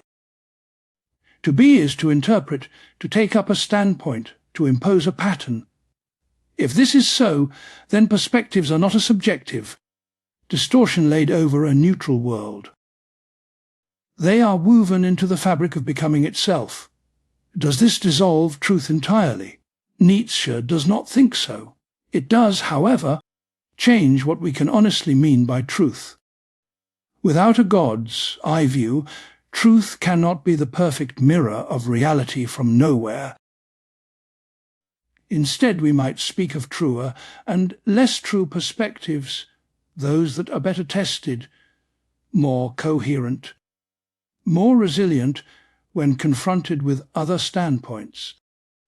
A perspective proves itself by surviving contact with rivals, by incorporating what they reveal, by allowing life to orient itself effectively in a complex world.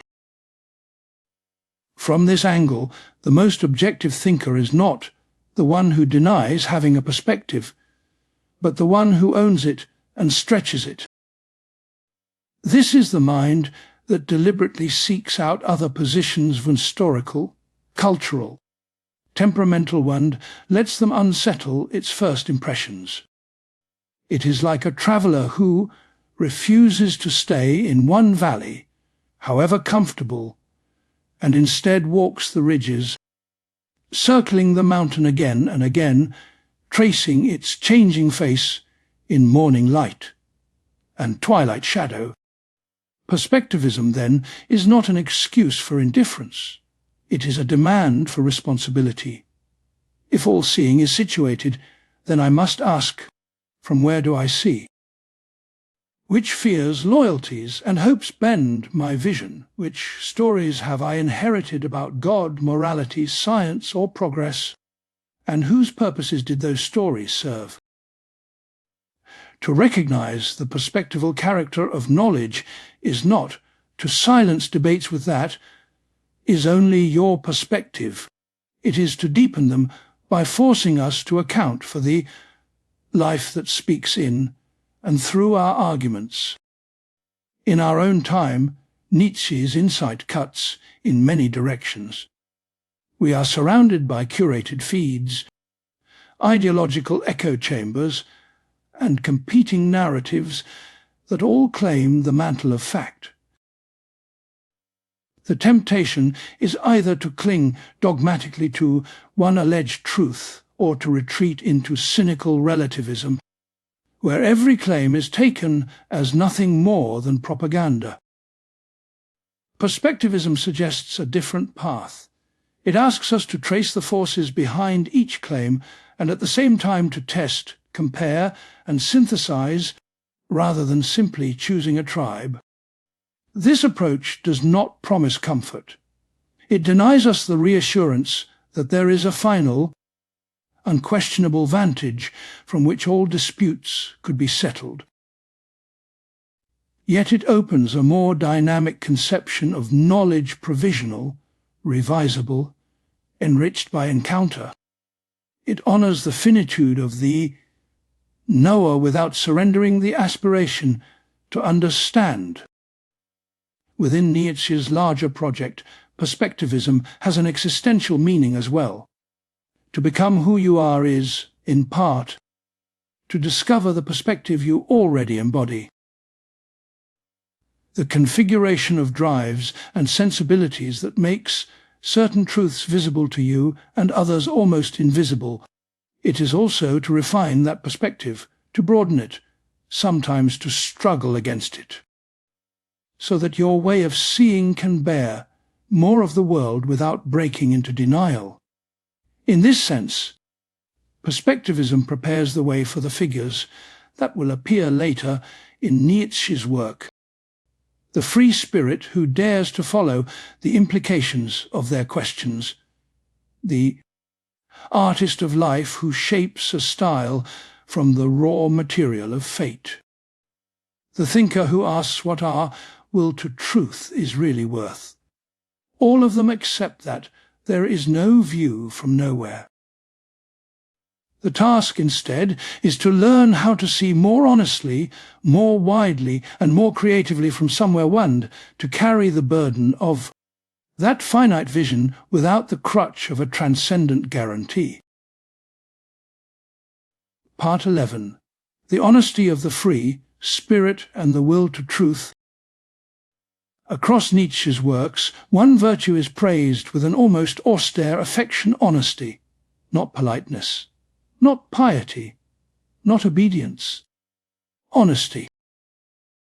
He sometimes calls it truthfulness, sometimes intellectual conscience, sometimes simply the courage to see.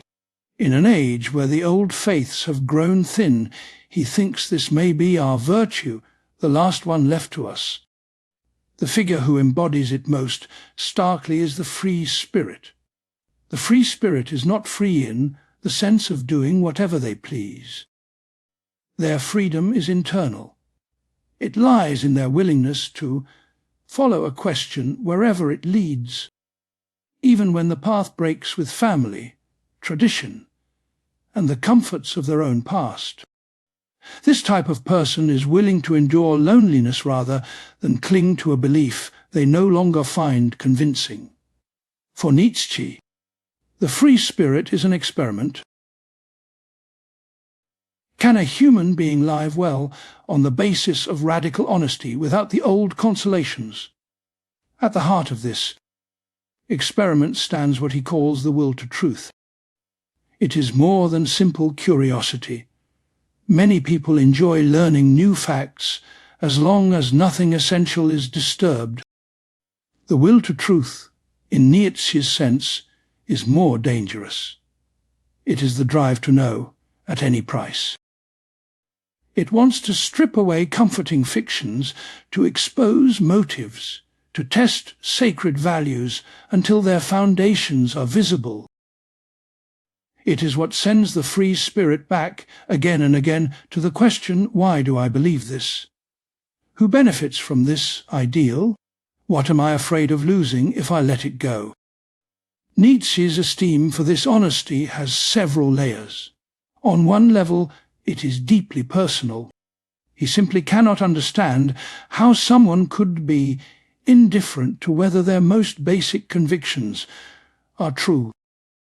He writes almost with bewilderment about those who value peace of mind more than intellectual integrity. To him, such indifference is a sign that a certain intensity of life is missing, that the soul has grown dull. On another level, honesty is bound up with courage. To see ourselves and our world without flinching is not easy. It means admitting the pettiness in our noble motives, the cruelty in our tenderness, the resentment in our morality. It means acknowledging that the universe may not care for us, that suffering is not always compensated, that there may be no final judge to redeem our injustices. Nietzsche thinks the capacity to endure such insights without collapsing into bitterness or denial is a measure of strength. Honesty is bravery exercised in the realm of thought. This is one reason he directs such ferocious criticism at what he sees as the dishonesty of traditional religious morality. In his genealogies of values, he argues that many exalted ideals, humility, equality of souls, the sanctity of guilt arose out of resentment and powerlessness. The weak, unable to triumph openly, invented a moral universe in which their weakness was rebranded as goodness. Then they forgot, or pretended to forget, this human, all too human origin, and presented their values as if they descended from heaven. For Nietzsche, this is not just an error, it is bad faith, it is a refusal to own one's motives. Honesty, in contrast, would mean admitting that our moral ideals are human creations, responses to particular needs and struggles. It would mean letting go of the proof that a belief is true because it comforts, uplifts, or consoles. Nietzsche sees such proofs everywhere, people who cling to doctrines not because evidence supports them, but because those doctrines make them feel blessed, chosen, safe.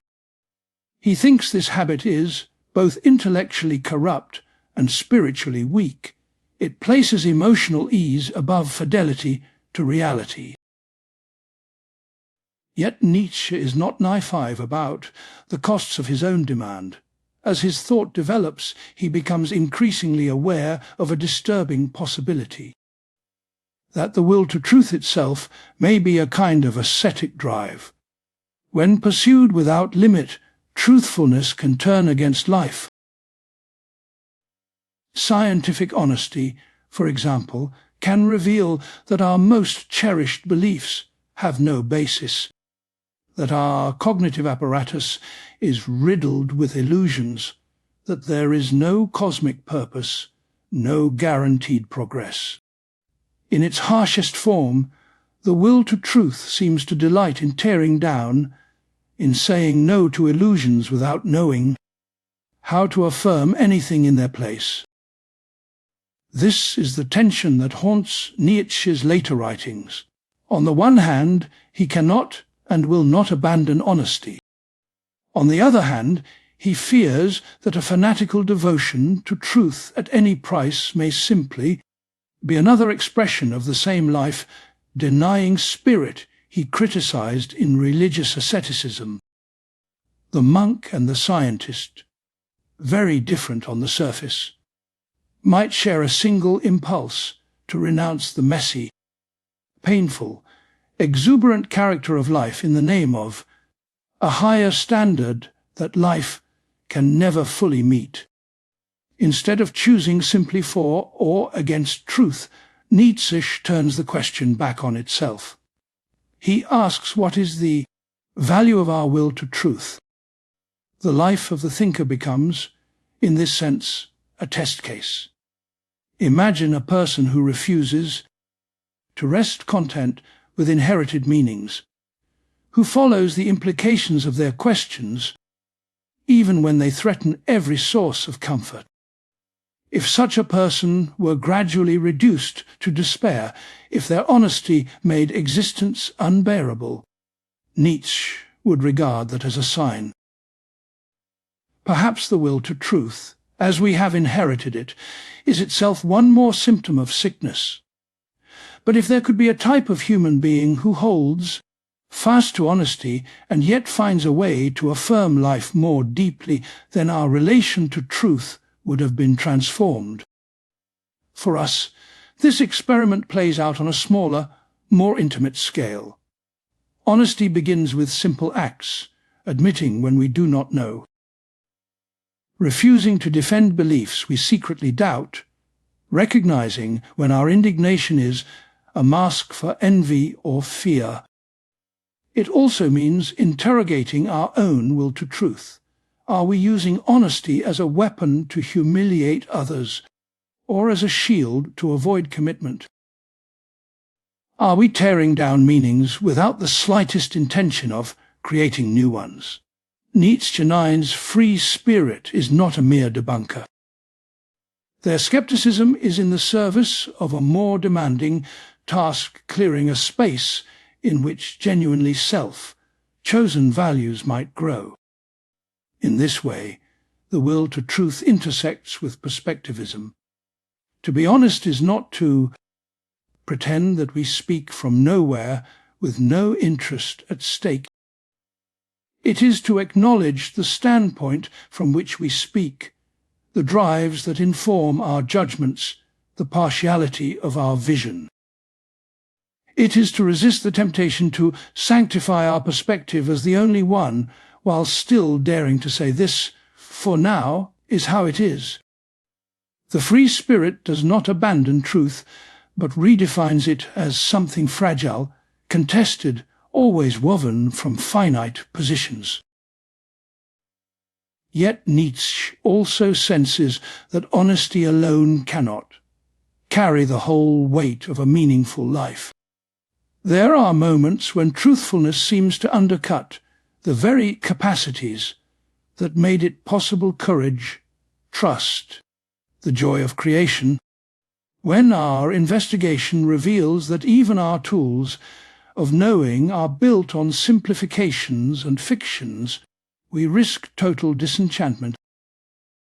At this edge, another force must come into play if nihilism is to be overcome. That force for Nietzsche is art.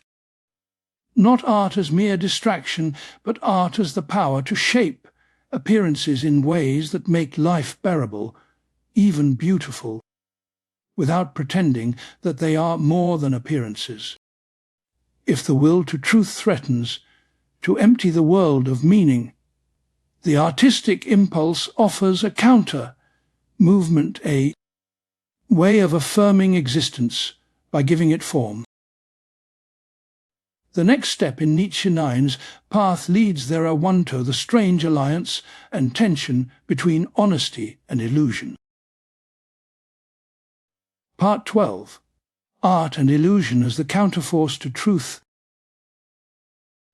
Amid shifting certainties, once the old religious sky has cracked and the will to truth has begun to strip away our inherited comforts, Nietzsche turns our attention to a different power art. Not as a luxury added to an already secure life, but as something nearer to a condition of survival. He once condensed the point into a single, stark line: we have art, he suggests, so that we do not perish of the truth. To hear this properly, we must recall what truth has begun to mean in his analysis. Scientific honesty reveals a universe without built-in purpose, without a moral plan. Historical criticism shows our values as fragile products of conflict and contingency. Psychology uncovers self-deception under our most edifying motives. Beneath so much unmasking, the world risks appearing as sheer accident and suffering. In such a light, the will to truth can seem almost cruel, a harsh glare that bleaches colour from everything it touches. art in Nietzsche's eyes is the human response to this danger. From his earliest book on Greek tragedy to his late reflections on style and self-fashioning, he sees art as our capacity to wrap existence in forms that make it liveable. The point is not to deny suffering, but to place it in a frame where it can be borne, perhaps even affirmed. The ancient tragedies did not hide the horror of fate. They staged it, shaped it, and through rhythm, music, and myth, made it into something spectators could face together. Yet Nietzsche's mature view of art goes beyond the theatre or the gallery. He begins to treat art and artistry as names for a broader creative attitude. Artists, he notices, do certain things with what they see. They choose angles, distances, and lighting. They know that moving a few steps back or changing the frame can transform a scene from ugly to sublime. They simplify, stylize, exaggerate, cut away what does not belong to the work. In doing so, they do not report reality as it is in some naked, meaningless sense. They give it a form in which it can speak. Nietzsche suggests that we can learn from this for life itself. To live well is, in part, to become the poet of one's own existence. That does not mean inventing a fantasy and retreating into it. It means treating one's character, one's past, one's circumstances as material for composition. He speaks of giving style to one's character, gradually working on oneself so that impulses, habits, and experiences do not lie scattered, but are integrated into a form one can affirm. Ugliness is not simply excised, but reworked as an artist might reuse a jarring colour to create contrast or depth. This is where the theme of illusion enters in a subtler way. Nietzsche often uses illusion and appearance not to mean a crude lie, but the surface through which reality becomes meaningful to a particular being. In art, we agree to inhabit a world of semblance. We sit in the theatre and let ourselves care about invented figures. We are moved by painted landscapes that we know we could never walk. There is a playfulness in this, a conscious half, belief that allows us to be affected without insisting that what we see be literally real. For Nietzsche, this goodwill to appearance is not childishness. It is wisdom. It acknowledges that humans need images, patterns, and narratives in order to bear existence. When he speaks of illusion as a counterforce to truth, he is not recommending that we return to dogmas we know to be false, or that we close our eyes to facts that demand response. He is searching for a way to honor honesty at the level of understanding while granting illusion a justified place, at the level of sensibility and meaning. The conflict he sees is sharper than the one we might first imagine. It is not only that grim truths about suffering and contingency are difficult to bear. More troubling is the possibility that the virtue of honesty itself leads us to insights that undermine its own demands. Modern science and philosophy, when pursued rigorously, suggest that our cognitive apparatus operates through simplifications and fictions. We treat what is constantly changing as if it were stable. We carve the world into individual things and selves that are, in reality, more fluid. Our most basic categories are, in this sense, artistically imposed. If we take such insights seriously, the will to truth begins to circle back on itself. To be completely truthful would be to admit that we never simply mirror reality. that there is always a creative element in how we see and think. But once we admit this, pure, disinterested honesty appears impossible. Our knowing is inseparable from illusion. Does this realization doom the will to truth, to frustration and self-contempt? Nietzsche fears that, without another value to counterbalance it, it might. Art provides that counterweight, not by refuting these findings, but by placing them in a new light. If illusion is inescapable, the question shifts. Are our illusions life-enhancing or life-diminishing? Do they narrow our horizon or open it? Do they lock us into ressentiment and fear, or enable us to affirm more of what is?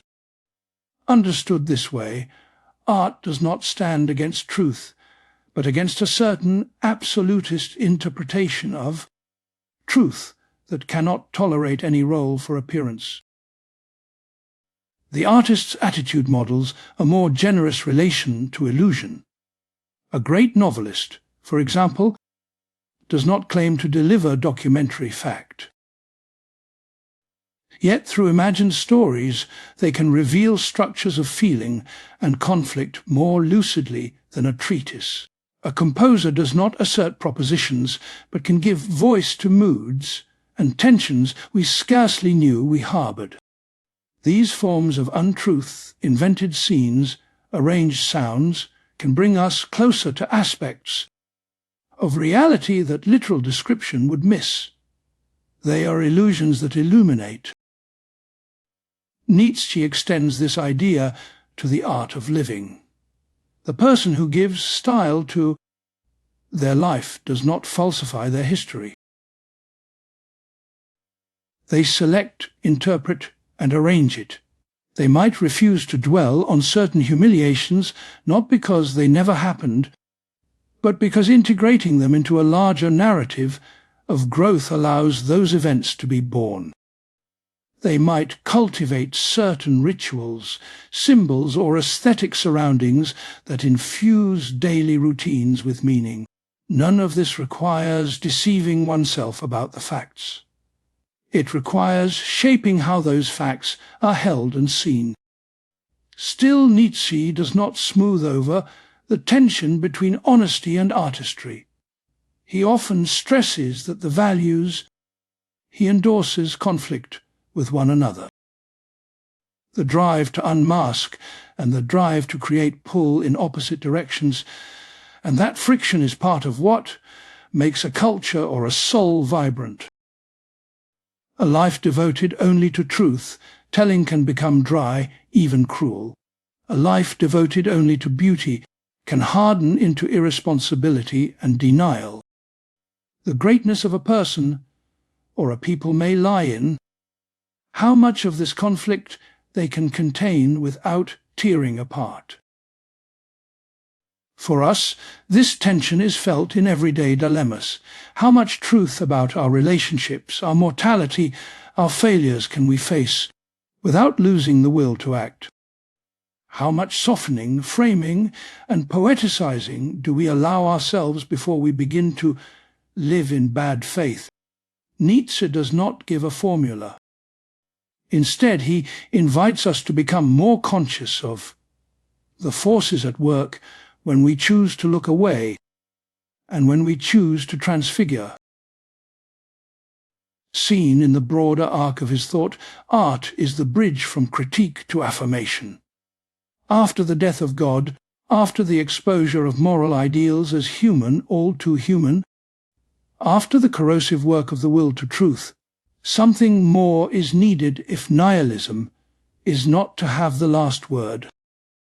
That something is not a new doctrine, but a way of saying yes to life as a whole. Art, understood as the power to shape, to style, to affirm appearances, prepares the ground for this yes.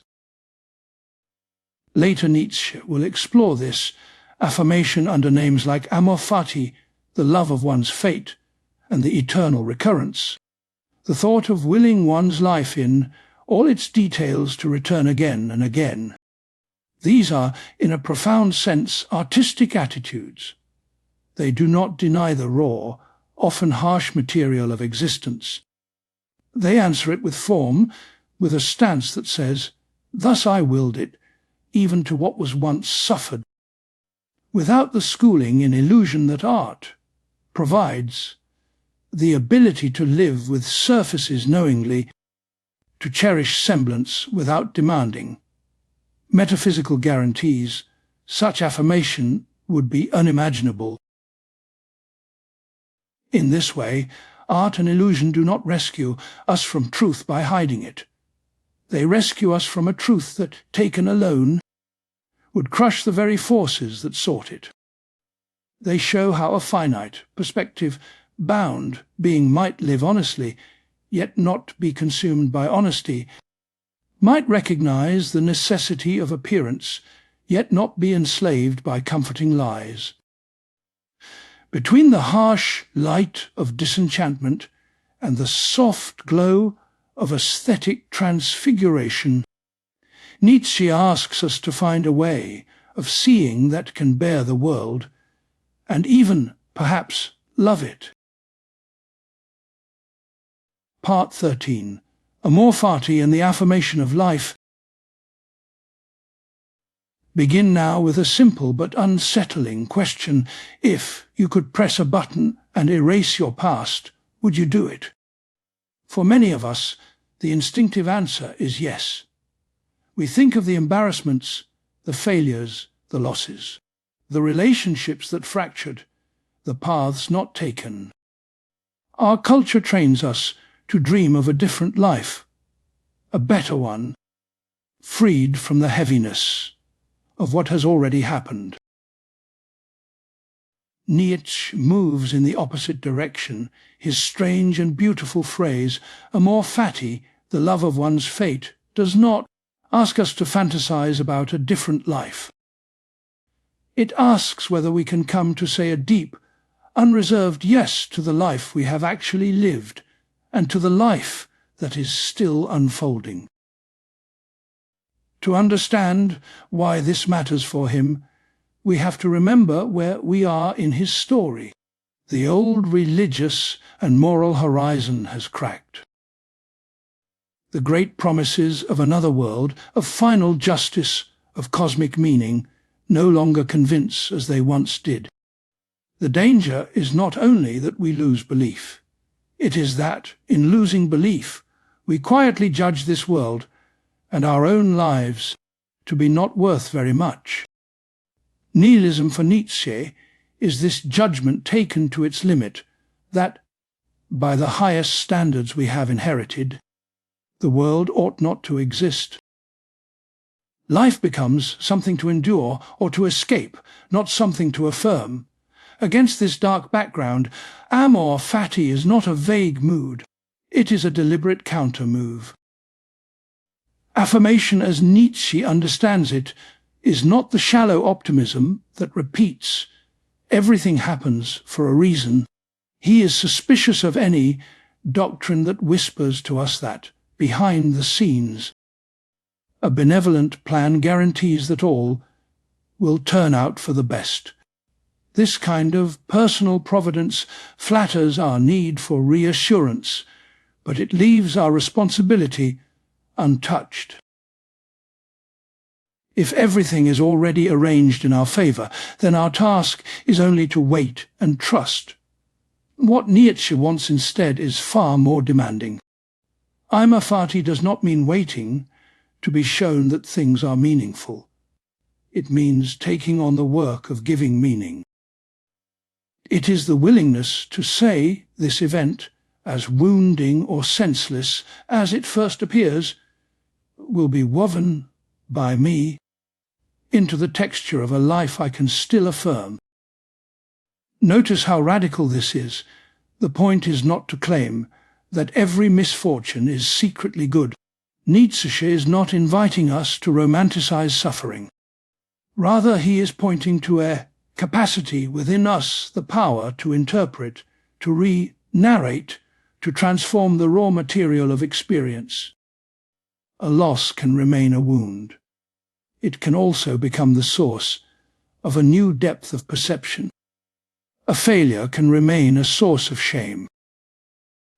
It can also become the moment in which someone finally stops living according to borrowed expectations and begins to ask what they themselves want. Amor Fati is this talent for turning even what we did not choose into something that, in retrospect, we can accept as part of my path. Here Affirmation touches Nietzsche's long, standing critique of guilt and resentment. The moralities he opposes teach us to look at ourselves with suspicion, to interpret our strongest impulses as sinful or dangerous. They cultivate a style of self-hatred. We are encouraged to dwell on our defects, to rehearse our failures as evidence that we do not deserve happiness. In this climate, self-reproach becomes a habit, self-punishment becomes a virtue. But if we are always inwardly divided against ourselves, if we stand as prosecutor and judge over our own life, how could we ever honestly say yes to it? Affirmation requires something like reconciliation with oneself, not the denial of one's faults, but the refusal to treat one's whole existence as a mistake. Amor Fati begins by softening our stance toward our own story. Not "I have done everything right," Nietzsche thinks this would be a lie, but something more like, "What I have lived is mine, I will not disown it, I will see what can grow even from this." The great enemy here is not remorse in the simple sense, but a deeper, chronic refusal to inhabit one's own life. For Nietzsche, the highest form of affirmation is joy. Not the thin cheerfulness we can put on for others, but a joy that has looked grief in the face and has not been destroyed by it. Think of the difference between someone who distracts themselves from pain and someone who, having passed through pain, now moves with a different kind of lightness. They do not deny what has happened. They have taken it into themselves, and in doing so, they have become somewhat larger than before. This is why art matters so much to Nietzsche. Art is one of our clearest examples of transfiguration. Out of suffering, confusion, and conflict, an artist composes something shaped, something that can be seen, heard, endured. The artwork does not erase the darkness from which it arose, it arranges it.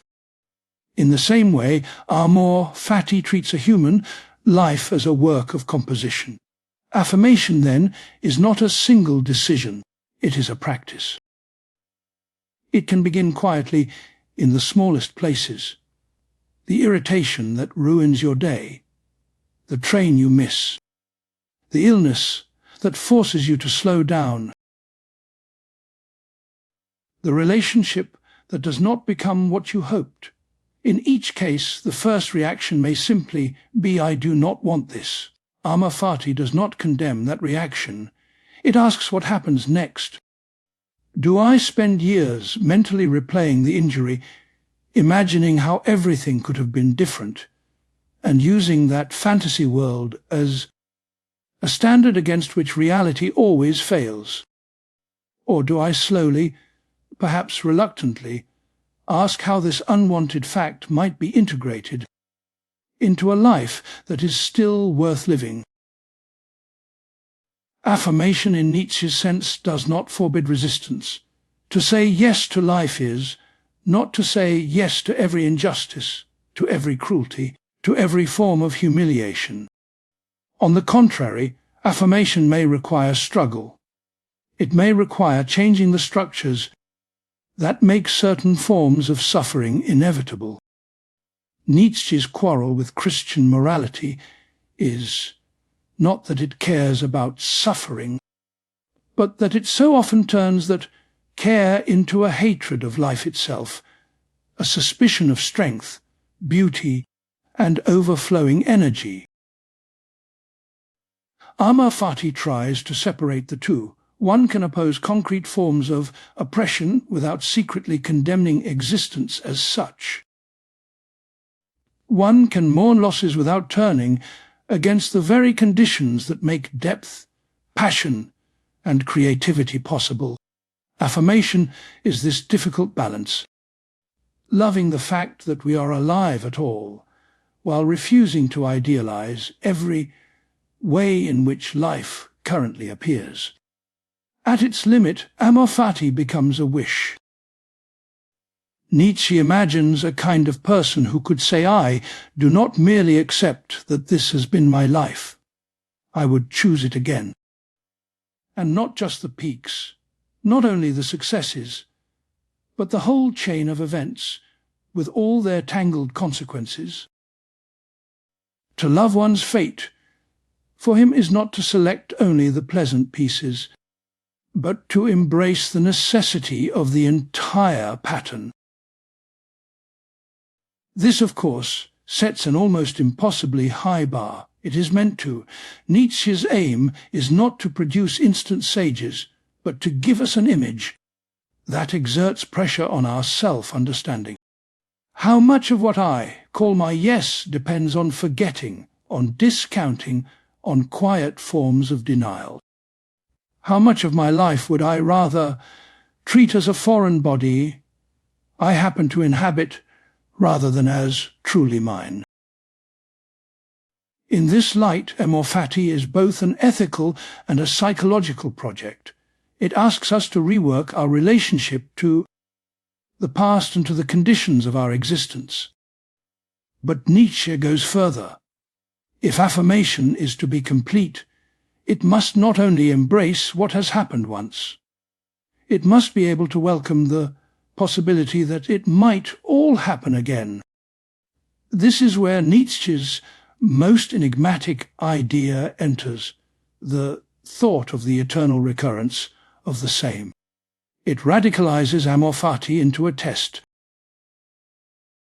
Can you imagine not merely accepting, but willing, that the life you have lived, with all its light and shadow, should return again and again without end? To follow him there, we have to turn to this strange thought experiment and ask what it reveals about how deeply we are prepared to affirm the lives that already are ours. Part 14. The eternal recurrence of the same. Picture this: you are alone, perhaps late at night, at a moment when life feels heavy but honest. Suddenly a voice speaks not from above, but from the most intimate centre of your own mind. It tells you that everything you have lived and everything you will live will return. Not once, not twice, but again and again, in exactly the same sequence, down to the smallest detail. Every word you have spoken, every humiliation you have suffered, every joy, every accident, every hesitation, every missed chance. The same faces, the same weather, the same illnesses, the same recoveries. Nothing new will ever happen, only the endless circling of what has already been. Nietzsche imagines this as a kind of visitation. He calls it a demon in one passage, not necessarily an evil spirit, but a figure that confronts us with something we would rather not think about. And then he asks, how would you react to such a message? Would you curse the voice and sink into despair, or would you say, perhaps with astonishment, "You are a god, and never did I hear anything more divine"? This is the core of his thought of eternal recurrence. It is often been read as a claim about the structure of the universe. Time as a circle, events endlessly repeating. Nietzsche sometimes toys with this cosmological version, but for our purposes, and for many of his most suggestive texts, what matters is not whether the doctrine is physically true. What matters is what happens to us when, We try to take it seriously in imagination, think of it as a test, or better, as a mirror. Our spontaneous reaction to the idea that our life will repeat exactly as it has been is a revealing measure of how we stand in relation to our own existence. It presses Amor Fati to its extreme limit. It is one thing to say, "I accept my past. After all, it is over." It is another to say, "I could will that it should return again and again forever." Three features of the thought experiment give it its peculiar force. First, the recurrence of the past. Normally, we treat the past as fixed and the future as open. We console ourselves with phrases like, "At least I'll never have to go through that again." Our practical attention points forward, toward what might still be changed. The thought of eternal recurrence interferes with this bias. By imagining that what is past will also be future, it asks us to take full responsibility for our entire life, not only for what still lies ahead. Second, the exact sameness of what recurs. We are not invited to picture a slightly improved version of our history. There is no allowance for edits. Every awkward conversation, every instance of cowardice, every unkind word, every petty act would return. So would every tenderness, every flash of insight, every quiet moment of peace you barely noticed at the time. This insistence on sameness has an ethical edge. We all have a tendency to clean up our self-image, to forget or minimize those aspects of ourselves we find difficult to face. But if the life that recurs must be this life in its entirety, the experiment denies us the comfort of selective memory. To affirm under these conditions would require honesty. It would mean saying yes not only to our proudest moments, but also to the parts of ourselves we habitually disown. Third, the eternity of the recurrence. It is not just that your life would repeat once. It would repeat without end. Why does Nietzsche add this immense weight? Because he wants to distinguish between a conditional yes and an unconditional one. Many of us might be able to say, "I would live my life again once." We might even say it with real warmth, especially if we imagine a chance to do it better. But would we still say, yes, if the repetition were endless, with no final escape? No point beyond which we could say, "Now it is finished. Eternity here functions as a magnifying glass." It exposes how much we still secretly rely on the idea that one day we will be done with the struggle of being who we are. This is one of Nietzsche's quiet but sharp criticisms of certain religious hopes. A believer might affirm their earthly life as a test, valuable not for its own sake but as a means to an eternal reward. In that framework, one can put up with quite a lot, so long as one believes that, in the end, there will be compensation, rest, another world in which things finally make sense. The idea of eternal recurrence removes this hope. There is no final settlement elsewhere. There is only this life, again and again. So what does the thought ask of us? Not that we prove, by sheer force of will, that we could rejoice in an infinite repetition of every detail. Nietzsche knows very well how far most of us are from such a state. Instead, the thought of recurrence is meant to function as a kind of existential question pressed to its most intense forms. Can you so relate to your life that you would not merely endure its return, but welcome it? Imagine letting this question seep into your decisions. It does not have to become an obsession. It can hover in the background like a distant bell, before a major commitment, or in a pattern of behavior you repeat day after day. You might ask, if this were the script I was bound to live forever, could I still, at some deep level, say yes? Would I want this conversation, this way of working, this relationship dynamic, to loop endlessly? Or does something in me recoil at the thought? Notice that the question does not demand perfection. Nietzsche is not asking whether you can construct a flawless life. He is asking whether you can live in such a way that even its imperfections, its missteps, its detours, are integrated into a whole you could affirm.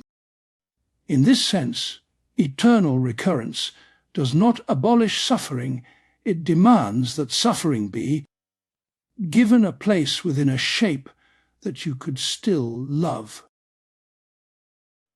For someone sleepwalking through existence, the thought might function as a shock.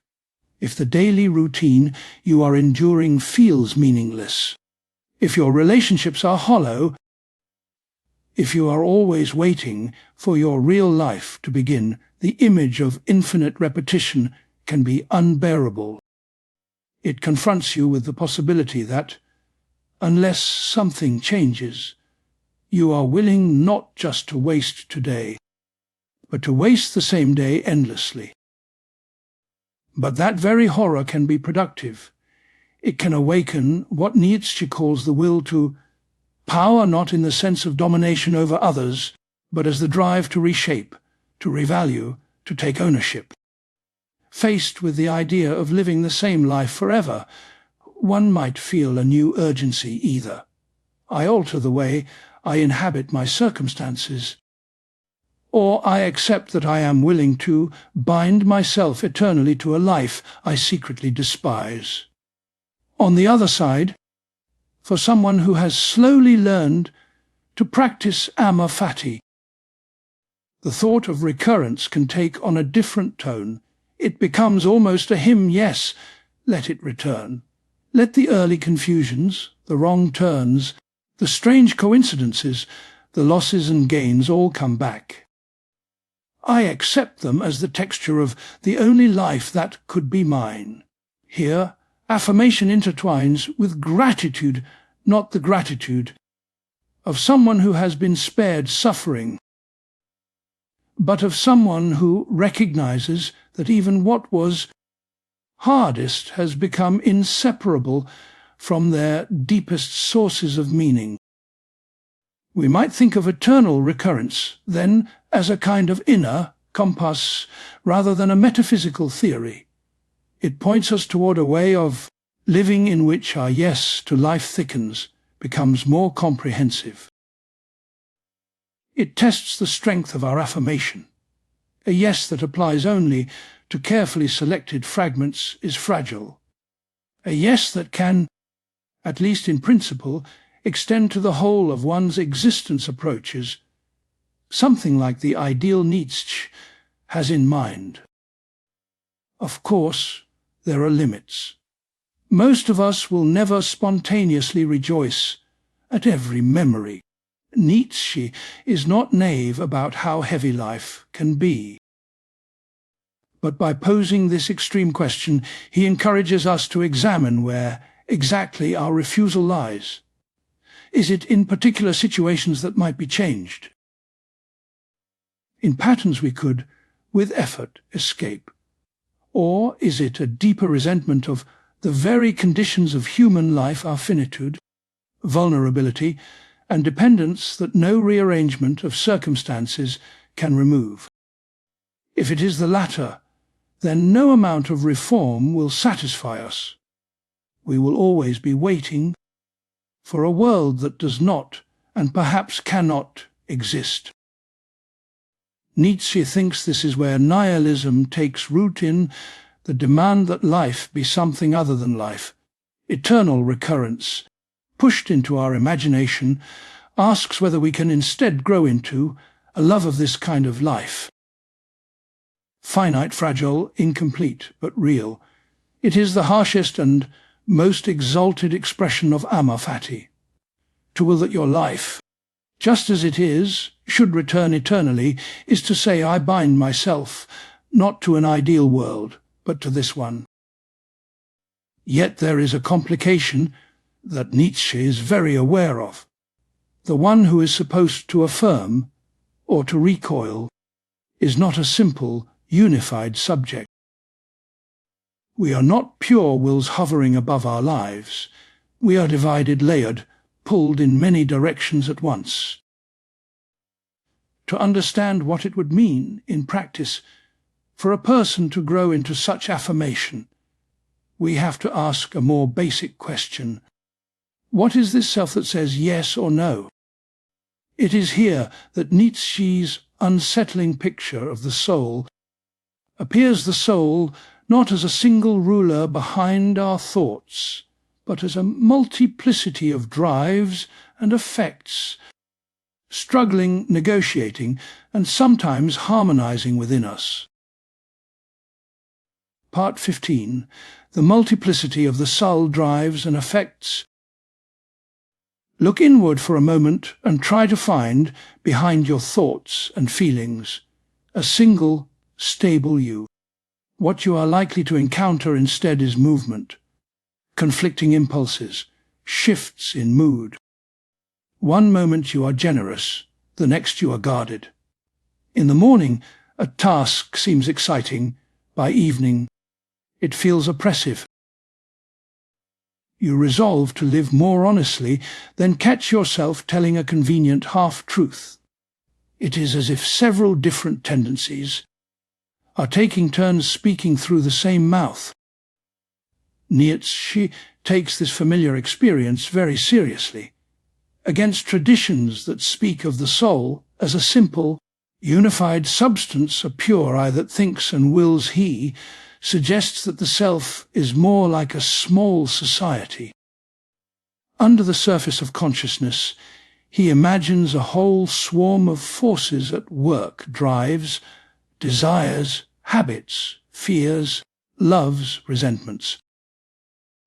What we call the soul is not a hidden, indivisible core, but an organized pattern in this multiplicity. To get a feel for this, think of your drives as basic tendencies towards certain kinds of activity. There is a drive to seek comfort, and a drive to take risks, a drive to be admired, and a drive to withdraw. A drive to understand, to explore, to control, to submit, to care, to hurt. Some of these are stronger in you than in others. Some contradict each other. Some wake up only in certain circumstances. These drives are not blind pushes. They see the world in their own way. The drive for recognition notices slights and opportunities for prestige. The drive for safety scans constantly for threats. The drive for understanding is drawn to problems, puzzles, and patterns. Each drive in Nietzsche's picture is a kind of perspective, a way of carving up reality into what matters and what does not. Alongside drives, Nietzsche emphasizes affects our emotional states. Love, anger, shame, envy, gratitude, fear, curiosity, these are not mere inner colors painted on an otherwise neutral perception. They are ways of evaluating. When you feel envy, the world is arranged into those who have what you lack and your own perceived deficiency. When you feel gratitude, the same situation appears in a different light. Affects are how value is immediately lived. Put together, drives and affects form something like an internal community. Nietzsche sometimes describes the soul as a social structure or a democracy of drives. At any given moment, one coalition may be in power. When you drag yourself out of bed for an early run, the drive for health, perhaps linked with a concern for self-respect, temporarily overrules the drive for comfort. when you erupt in anger and say something cruel, a different configuration has taken command. This image helps explain why Nietzsche is so suspicious of the idea of an absolute free will standing above our inclinations. The I that says I will or I will not is, for him, the name we give to the presently victorious arrangement of drives. There is no pure commander separate from the troops. The commander is a certain way the troops have organized themselves. At first, this might sound like a loss. If there is no simple inner ruler, where is our autonomy? Where is responsibility? But Nietzsche draws a different conclusion. If the self is a structure, built out of drives and effects, then selfhood becomes a task, the work of arranging, educating, and transforming this inner multiplicity. We can see this most clearly in cases where things have gone badly. Think of the psychological patterns Nietzsche analyzes under the heading of ressentiment. Someone who repeatedly feels powerless, injured, or humiliated may begin to reinterpret their experience to protect a fragile sense of worth. They may come to see the strong as evil, their own weakness as virtue, and the world as fundamentally unjust. Over time, a cluster of drives, those associated with revenge, suspicion, and self-protection, can come to dominate the personality. The person's whole way of valuing is reshaped. Here the soul's multiplicity has not disappeared, it has hardened into a certain pattern. Other drives for generosity, for creativity, for open curiosity may still be present, but they are muted, discredited, or turned inward. The result is a kind of inner civil war, in which one faction rules by suppressing the others. The person may feel constantly tense, bitter, divided against themselves. By contrast, imagine a more healthy configuration, healthy for Nietzsche meaning not morally pure, but life-enhancing, capable of growth. In such a soul there is still struggle, drives compete, collide, negotiate. But over time, a certain ordering emerges. Some tendencies become central, others find their place. Still others are allowed expression only in limited forms. You might think of an artist who has strong drives for solitude, for recognition, for sensual pleasure, for understanding, for control. None of these disappear. Through years of living, however, they are woven into a relatively stable pattern. Solitude serves the work rather than isolating them completely. The longing for recognition is partly redirected into the demands of craft. Even the drive for control might shift, from dominating others to mastering a medium. The resulting character is not simple, it is articulated like a well-composed piece of music. In this way, Nietzsche redefines autonomy. It is not the freedom of a pure will floating above inclination. It is the relative harmony achieved when a person has, often painfully, come to arrange their drives so that they serve a coherent style of life.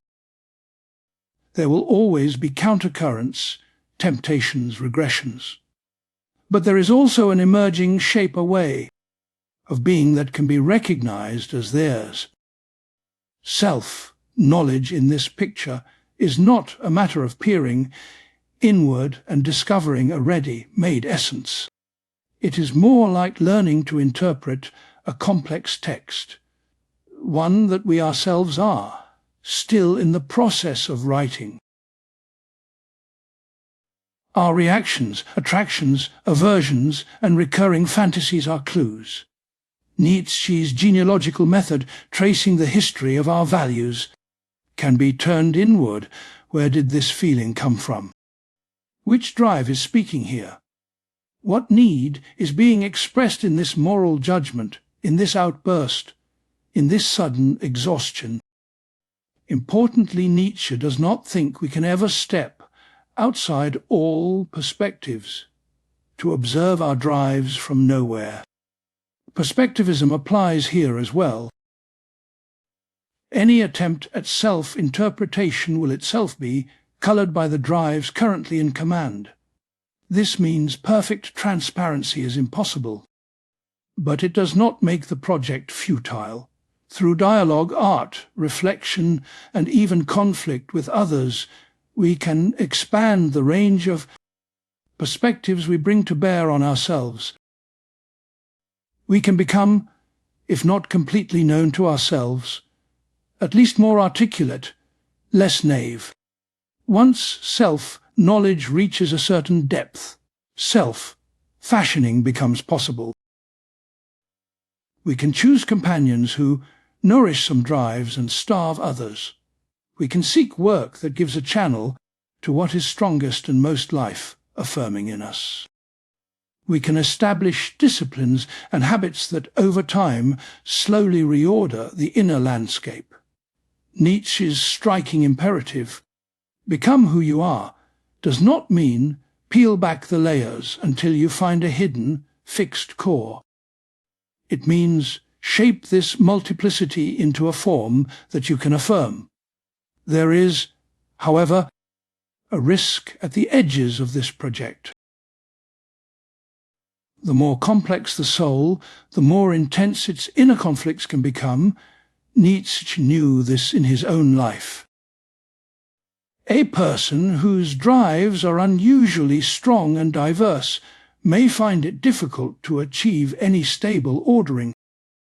They may oscillate between projects, reinvent themselves repeatedly, or even feel as if they are many persons in succession rather than one continuous self.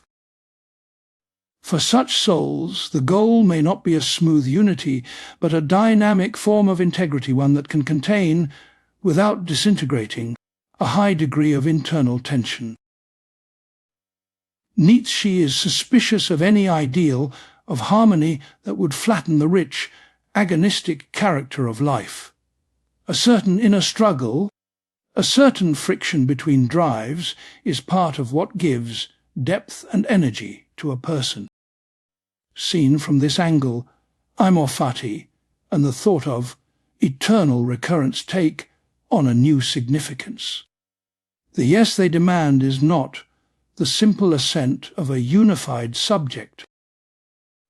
It is the emerging chorus of a complex inner community that has, through conflict and interpretation, come to invest in a particular style of life.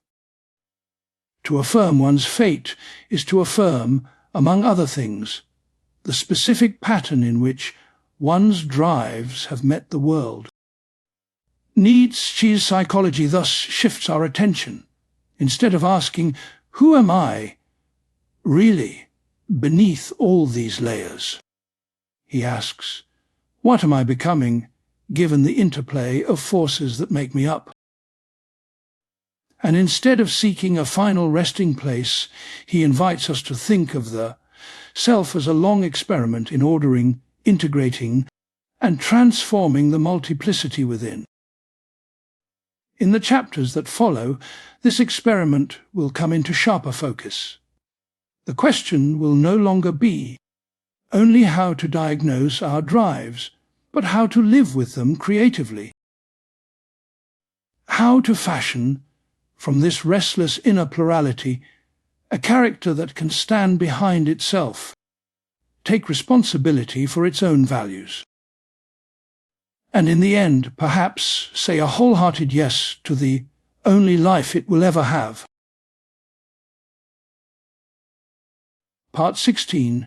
Becoming who you are as self, fashioning an autonomy.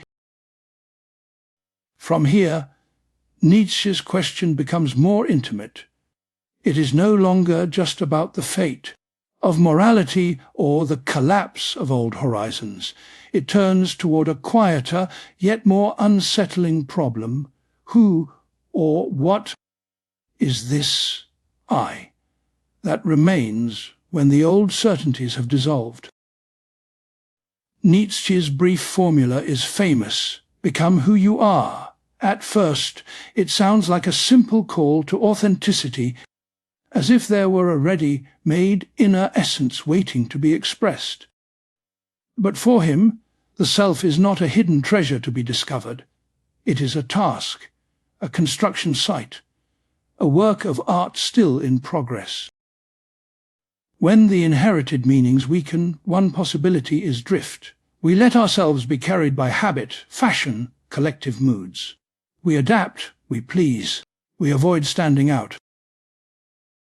Another possibility is recoil. We run back to some rigid identity, some unquestioned belief, precisely because it feels solid and finished. Nietzsche wants something more difficult than both a life in which you gradually take responsibility for what you are becoming. He imagines the human being not as a simple unified subject, but as a tangled multiplicity of drives, habits, and inherited valuations. Earlier we followed him in saying that the soul is not a smooth, transparent inner core, but a kind of inner city, full of competing voices. To become who you are is not to peel these away until only one pure voice remains. It is to learn to govern this inner city. Autonomy in this sense does not mean doing whatever you feel like in the moment. It means coming to see which of your impulses you wish to authorize, to affirm, to build into the architecture of your character. You begin to ask, which tendencies in me make me smaller, more fearful, more dependent on approval? Which ones stretch me, demand discipline, deepen my capacity for experience? Nietzsche's image of the sovereign individual is helpful here. He describes a person who can make promises and actually stand by them. Not because some external law commands it, but because they have achieved a kind of inner coherence. Their drives have been trained to work together instead of pulling constantly in different directions. To reach this point is not to be free from necessity. It is to have a different relation to it. You are no longer only pushed and pulled by forces you do not understand. You take part in shaping those forces, re-educating them, organizing them around longer-term projects. Freedom for Nietzsche is not the absence of constraint, it is the presence of self-mastery. Self-mastery, however, is not the same as self-denial. Nietzsche is suspicious of any ideal that demands you crush, mutilate, or permanently distrust your strongest impulses just because they are strong. He watched Christian and moralistic forms of virtue turn energetic, passionate natures into guilty, inwardly divided beings. The goal, for him, is not to extirpate the drives, but to elevate them, to give them a new direction. Think of an untrained orchestra. Each instrument is capable of beauty, but together they produce noise. Self-fashioning is less like burning instruments and more like composing, rehearsing and conducting. Some voices will need to be softened, others amplified, some perhaps used rarely for very specific passages. Over time, a style emerges, a recognizable way of sounding, moving, responding. This is why Nietzsche links individuality with freedom of spirit. A free spirit is not someone who has already arrived at a final worldview. It is someone who has learned to live without clinging to one. They can let beliefs go when they no longer serve their growth. They can expose themselves to unsettling ideas without collapsing into panic or rushing to dogmatic defense. Fanaticism, by contrast, is a kind of spiritual weakness. It looks like strength from the outside because it is loud, certain, uncompromising. But Nietzsche sees in it a frightened dependency, the need to be held together by a ready-made system of meaning, because one cannot bear the burden of thinking and deciding for oneself. Self-fashioning, then, includes the courage to inhabit uncertainty, to experiment with values, to try on perspectives, to risk being wrong. It also includes the discipline to stay with an experiment long enough to see what it does to you, what happens to your life over years, if you organize it around comfort, around safety, around the admiration of others, around truthfulness, around artistic creation. Nietzsche is not interested in a universal answer. He is interested in the type of human being you become under each of these regimes.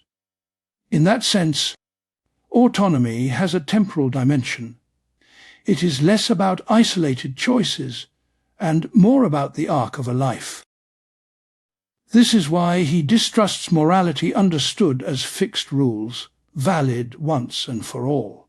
Such rules flatten the singular texture of each existence. They may protect us from certain harms, but they also protect us from ourselves, from the risk and difficulty of discovering what we can be. To become who you are is therefore inseparable from accepting responsibility for your own hierarchy of values. You may retain some you have inherited. You may transform others. You will almost certainly need to discard many. But the crucial shift is this: you no longer relate to values as a child to a parent or a soldier to a commander. You relate to them as a creator to their materials. Of course, there are dangers here. Self-creation can easily slide into pure whim, or into the theatrical construction of a persona designed only to impress. Nietzsche is keenly aware of such postures. He mocks the last man, who has turned comfort and small pleasures into his only standard. He is equally scornful of the would-be genius who masks confusion under grand gestures and obscure declarations. True self-fashioning, for him, is quiet work. It involves long stretches of solitude where the noise of the world falls away enough for you to hear what in you is strong, what is weak, what is merely fashionable, what is deeply rooted. It involves conflicts with those around you, not from love of conflict, but because you are no longer willing to betray what your path requires. It also involves reconciliation, as you come to see your life as a whole, not just as a series of episodes. You have to decide what to do with your past.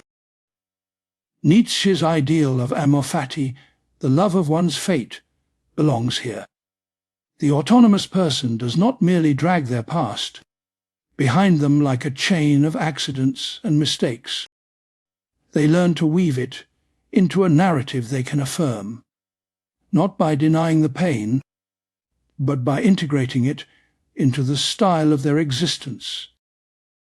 In this light, becoming who you are is less a journey towards some distant, final form, and more a continuous act of composition in the present. With each decision, each commitment, each renunciation, you add strokes to the portrait. You cannot step outside and design yourself from nothing.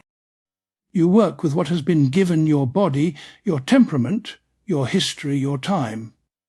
But within those limits, there is still immense space for variation. Nietzsche's hope is that in an age after the death of God, some will respond to the collapse of external guarantees, not with despair, but with a new seriousness about their own becoming. Instead of asking, "What does morality demand of me?" they will ask, "What form of life could make my existence, with all its weight, into something I would be willing to live again?" If you follow that question honestly, you are already on the path of self-fashioning. You begin to notice where you are still living on borrowed ideals. You see which of your habits are not really yours at all, but residues of expectations you no longer believe in. Slowly, sometimes painfully, you loosen your grip on them. What replaces them will not be a ready-made template. It will be a set of experiments, some failed, some unexpectedly fruitful. Over time, if you persist, a certain inner contour emerges, a way of standing in the world that is distinctly yours, yet open, still capable of transformation. To become who you are is not to reach an end. It is to inhabit this process lucidly, without comforting fictions about a final resting place. It is to live as if your life were a work whose author you are still learning to become. Part 17.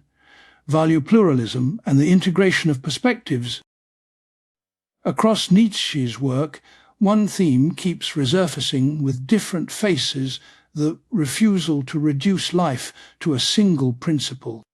Earlier we saw him diagnose the death of God as the collapse of a total framework that once promised to explain everything. Why we suffer, what is good, what we should hope for. In the emptiness that follows, there is an understandable temptation to search for a new absolute, a new organizing center. Nietzsche resists this temptation. Instead of one foundational value, he offers a field of tensions. Truth, art, strength, generosity, courage, subtlety, discipline, play, all of these appear in his writings as things he esteems. But they do not line up neatly under a single heading. Often they seem to pull against one another. This is not an accident or a failure of system. It is a deliberate commitment to pluralism. To feel the stakes of this, consider how modern moral thinking often works.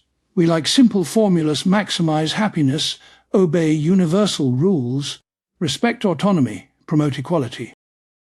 Each captures something important. Each also leaves things out. The more seriously we take our experience, the more we notice that different situations call different values to the foreground. Nietzsche's image for this is organic rather than geometric. He does not want a pyramid with one supreme principle at the top and all others arranged in order beneath it. He wants something like a living tree. Different branches grow in different directions, sometimes competing for light, sometimes supporting one another. There is no single line that can be drawn through the whole. At first, this can feel like chaos. If there is no ultimate standard, how do we judge? If values can conflict, how do we decide? Does this not collapse into relativism, where every perspective is as good as any other? Nietzsche thinks otherwise. For him, the fact that values are plural does not mean they are all equal. A perspective can be shallow or deep, narrow or expansive, reactive or creative. What matters is not whether a value can be reduced to some more basic unit, but what kind of life it fosters. Take his treatment of truth and art. He prizes intellectual honesty, an unflinching willingness to see what is the case, even when it hurts. Yet he also defends illusion, style, selective forgetting as conditions of life. If we saw everything with equal clarity all the time, perhaps we would be paralyzed. Rather than choosing one of these values once and for all, he holds them together in a dynamic tension. There are times when truth must override comfort, when a painful insight is the only way forward. There are other times when insistence on brutal clarity becomes a form of cruelty or a hidden flight from involvement. Then art, imagination, or gentle self-deception may be life-preserving. Pluralism, in this sense, does not celebrate indecision.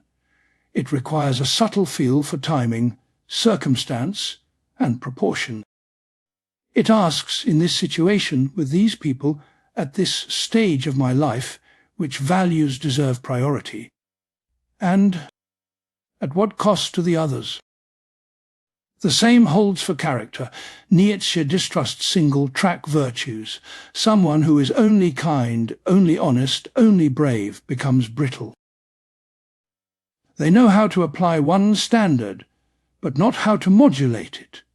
For him, richer souls are more like polyphonic music.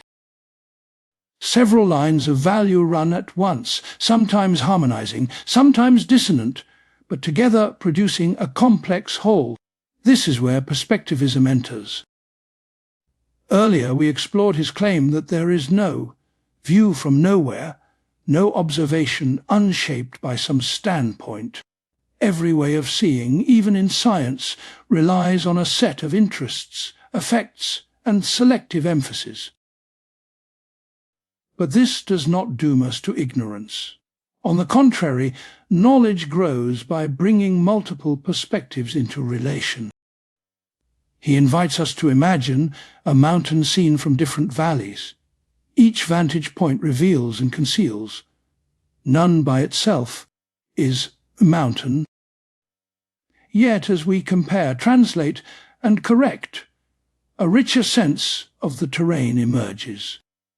We will still never possess it in its entirety. But we will have moved beyond the illusion that our own angle is the whole. What he recommends in epistemology he extends to ethics. A person with only one moral lens will misread many situations. Someone, by contrast, who has learned to inhabit several vocabularies of value, to sense when generosity, when justice, when severity, when humour is called for, has a broader practical intelligence. Of course, this plurality can be exhausting. Many people, Nietzsche thinks, prefer a simple moral code not because it is truer, but because it is easier to carry. It relieves them of ambiguity. They can apply it like a stamp instead of listening again and again to the particular. Nietzsche's free spirit accepts the difficulty. They are willing to bear the friction that comes from valuing many things at once. They may, for example, cherish both independence and deep attachment, both contemplation and action, both tenderness and cruelty in very specific contexts. They try to integrate these into a style of life, instead of suppressing one half in the name of purity. Integration does not mean perfect harmony. It means acknowledging conflicts rather than papering them over, and then working out, case by case, how to live with them. Sometimes the result will be tragic. You cannot honour one value without wounding another. Nietzsche does not promise we can avoid such situations. He does suggest that pretending they do not exist, by declaring one absolute that automatically overrides all others, is a form of bad faith. Pluralism also shapes how he sees culture. A society, like a soul, can be more or less one-dimensional. A culture that prizes only security will treat every risk as a threat. A culture that prizes only growth may trample those who cannot keep up. For Nietzsche, higher cultures are those in which multiple forms of excellence can flourish side by side, even in tension. This has consequences for how we handle disagreement. If we assume that all real conflicts must be resolved by appeal to one shared principle, then genuine differences in value feel like threats. They must be eliminated or converted. If, however, we accept that serious, non-reducible disagreements are part of life, we can approach them differently. Nietzsche does not advocate polite relativism, where every perspective is granted equal respect. He expects conflict, even harsh criticism. But he also expects a kind of curiosity. Before we dismiss a value as wrong, we might ask, for what type of life does this value make sense? What problem is it trying to solve? What strength does it express, or what weakness does it disguise? Such questions do not erase opposition, but they thicken it. We no longer see each other just as errors to be corrected, but as different experiments in living. In your own experience, pluralism might appear in small ways.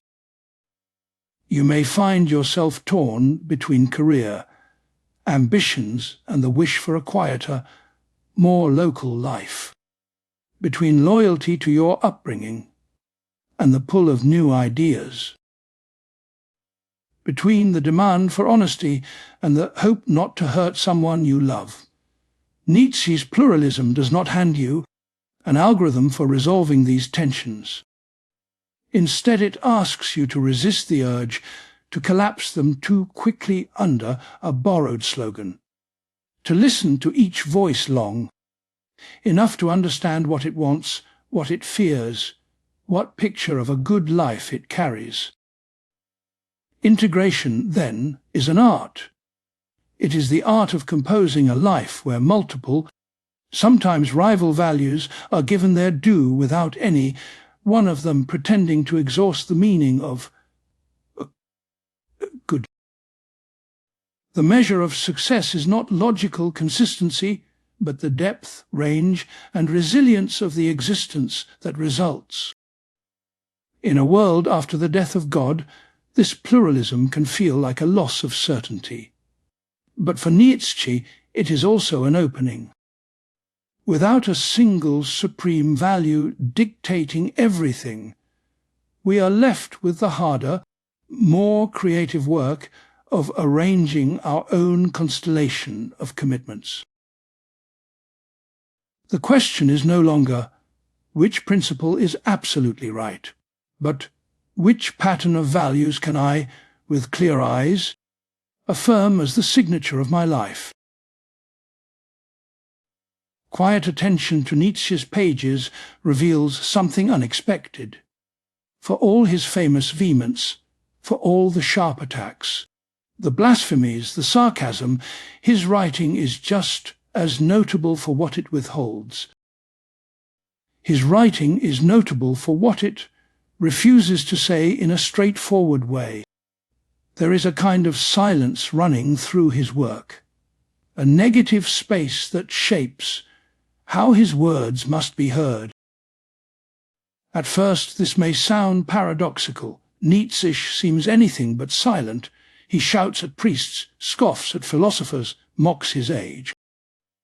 Yet if you try to extract from his books a clear, systematic doctrine, a set of theses with supporting arguments laid out in order, you soon discover how elusive this is. He does not write treatises. Instead, he writes fragments, numbered sections, stories, dialogues, and poems. He advances a thought in one place, then complicates or reverses it somewhere else. He speaks in different tones, from different angles, sometimes as himself, sometimes through invented figures. Between these voices, gaps open up. He rarely stops to fill them. This is not clumsiness, it is a deliberate strategy. Nietzsche wants readers who are not merely receivers of information, but co-workers in thought. A treatise invites you to follow a path that has already been cleared. Nietzsche's texts present more like a landscape with no marked trail. You have to decide where to step, what to connect, what to ignore.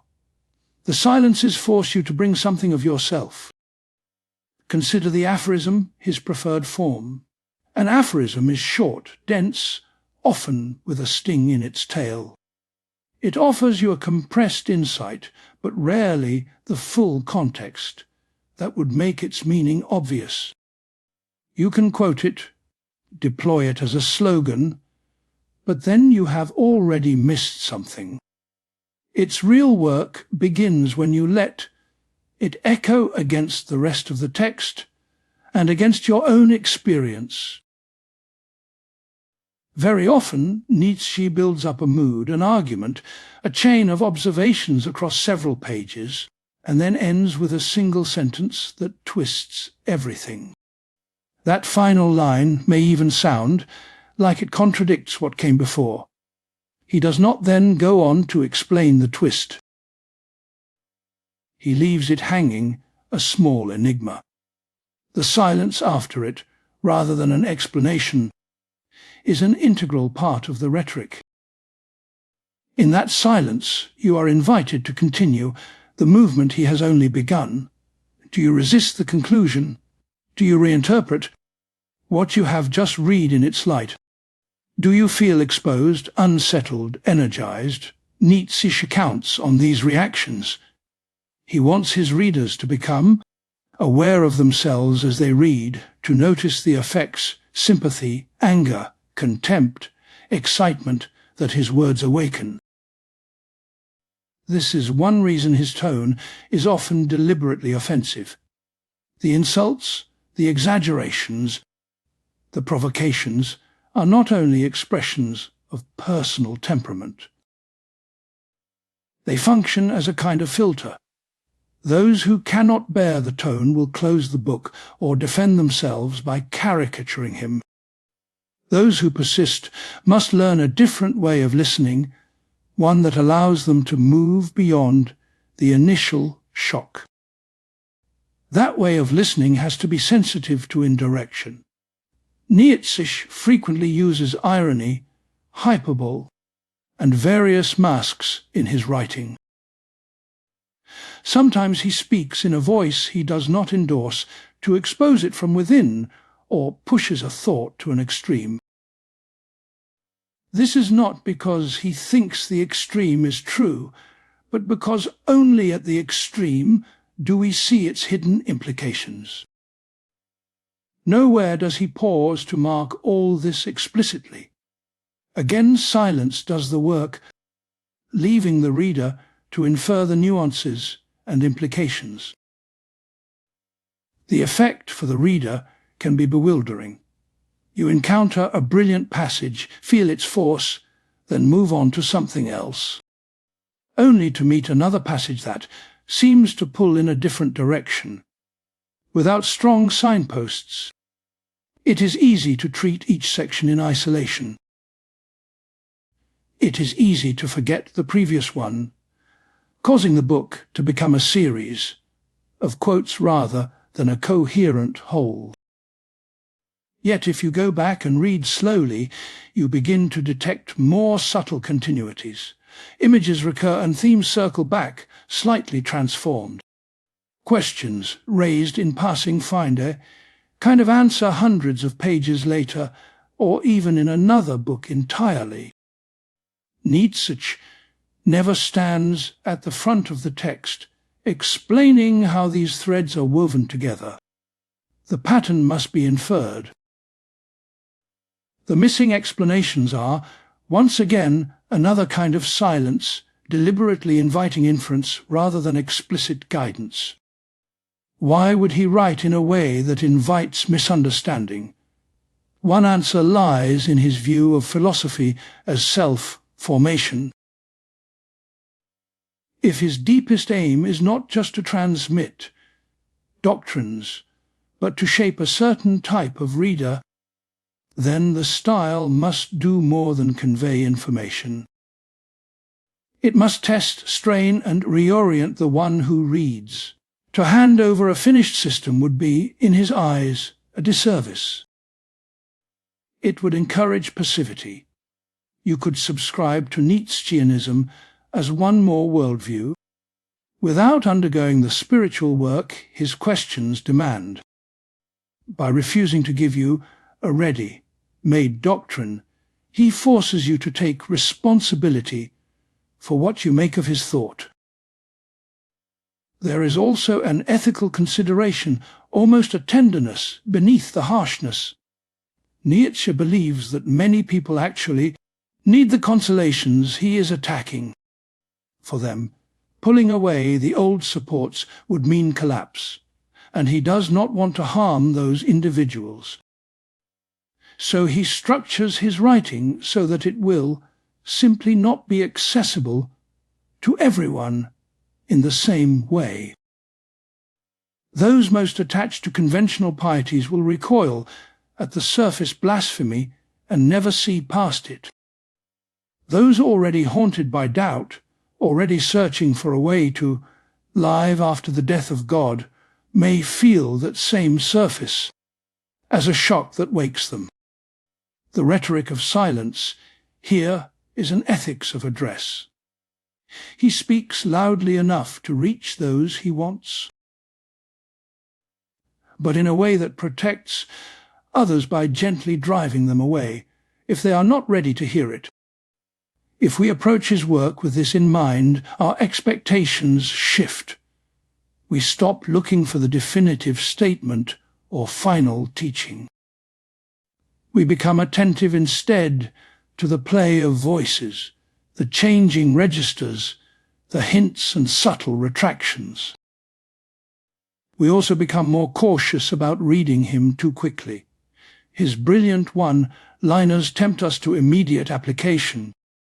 This temptation extends to social media, political debate, or the formation of personal identity, often too quickly. Yet most of these sayings were forged as parts of long, slow struggles against inherited faith, against romantic illusions, against his own tendencies to despair. To understand them, or at least to be just to them, we need another temporality when engaging with his work.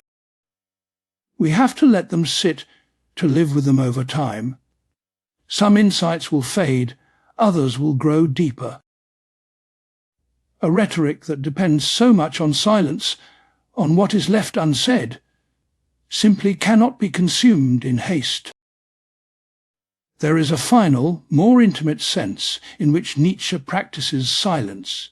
He rarely talks directly about love or everyday tenderness. He rarely discusses the small, sustaining acts that make a life bearable. When he does, it is often only in passing. His focus is predominantly on extremes of human experience, great suffering, great joy, great creativity, and great collapse. But here too, the omission speaks volumes. By foregrounding the highest and lowest possibilities of human life, he leaves a wide, quiet middle for you to fill. How you care for others, how you respond to their fragility, how you accept care yourself, these are not things he can dictate.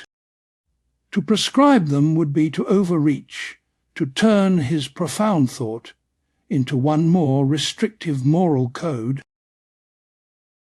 So he keeps a distance. He sketches figures, the free spirit, the sovereign individual, the creator of values, but does not map their daily routines. In that sense, his style honors your autonomy. It withholds the kind of guidance that would make him into a new authority. Instead, he gives you questions, images, and provocations, and then falls silent where your own life must begin to answer. To read Nietzsche well, then, is to listen not only to his words, but also to their edges and what lies unsaid. To pay attention to the leaps, the breaks, and the unspoken in between. His rhetoric of silence is not an absence, but a space deliberately cleared. It is a space deliberately cleared for profound thought, for resistance, and for essential self, fashioning. In that space, if you choose, you can start to ask in your own voice the questions he has been circling. Such questions might include, what do I really revere? What do I quietly despise? Which values still hold me, and which am I ready to let go? His writing will not answer these for you directly. At its best, it creates the conditions under which your own answers might slowly take form. And perhaps these answers might never completely take form, always evolving with your deeper understanding.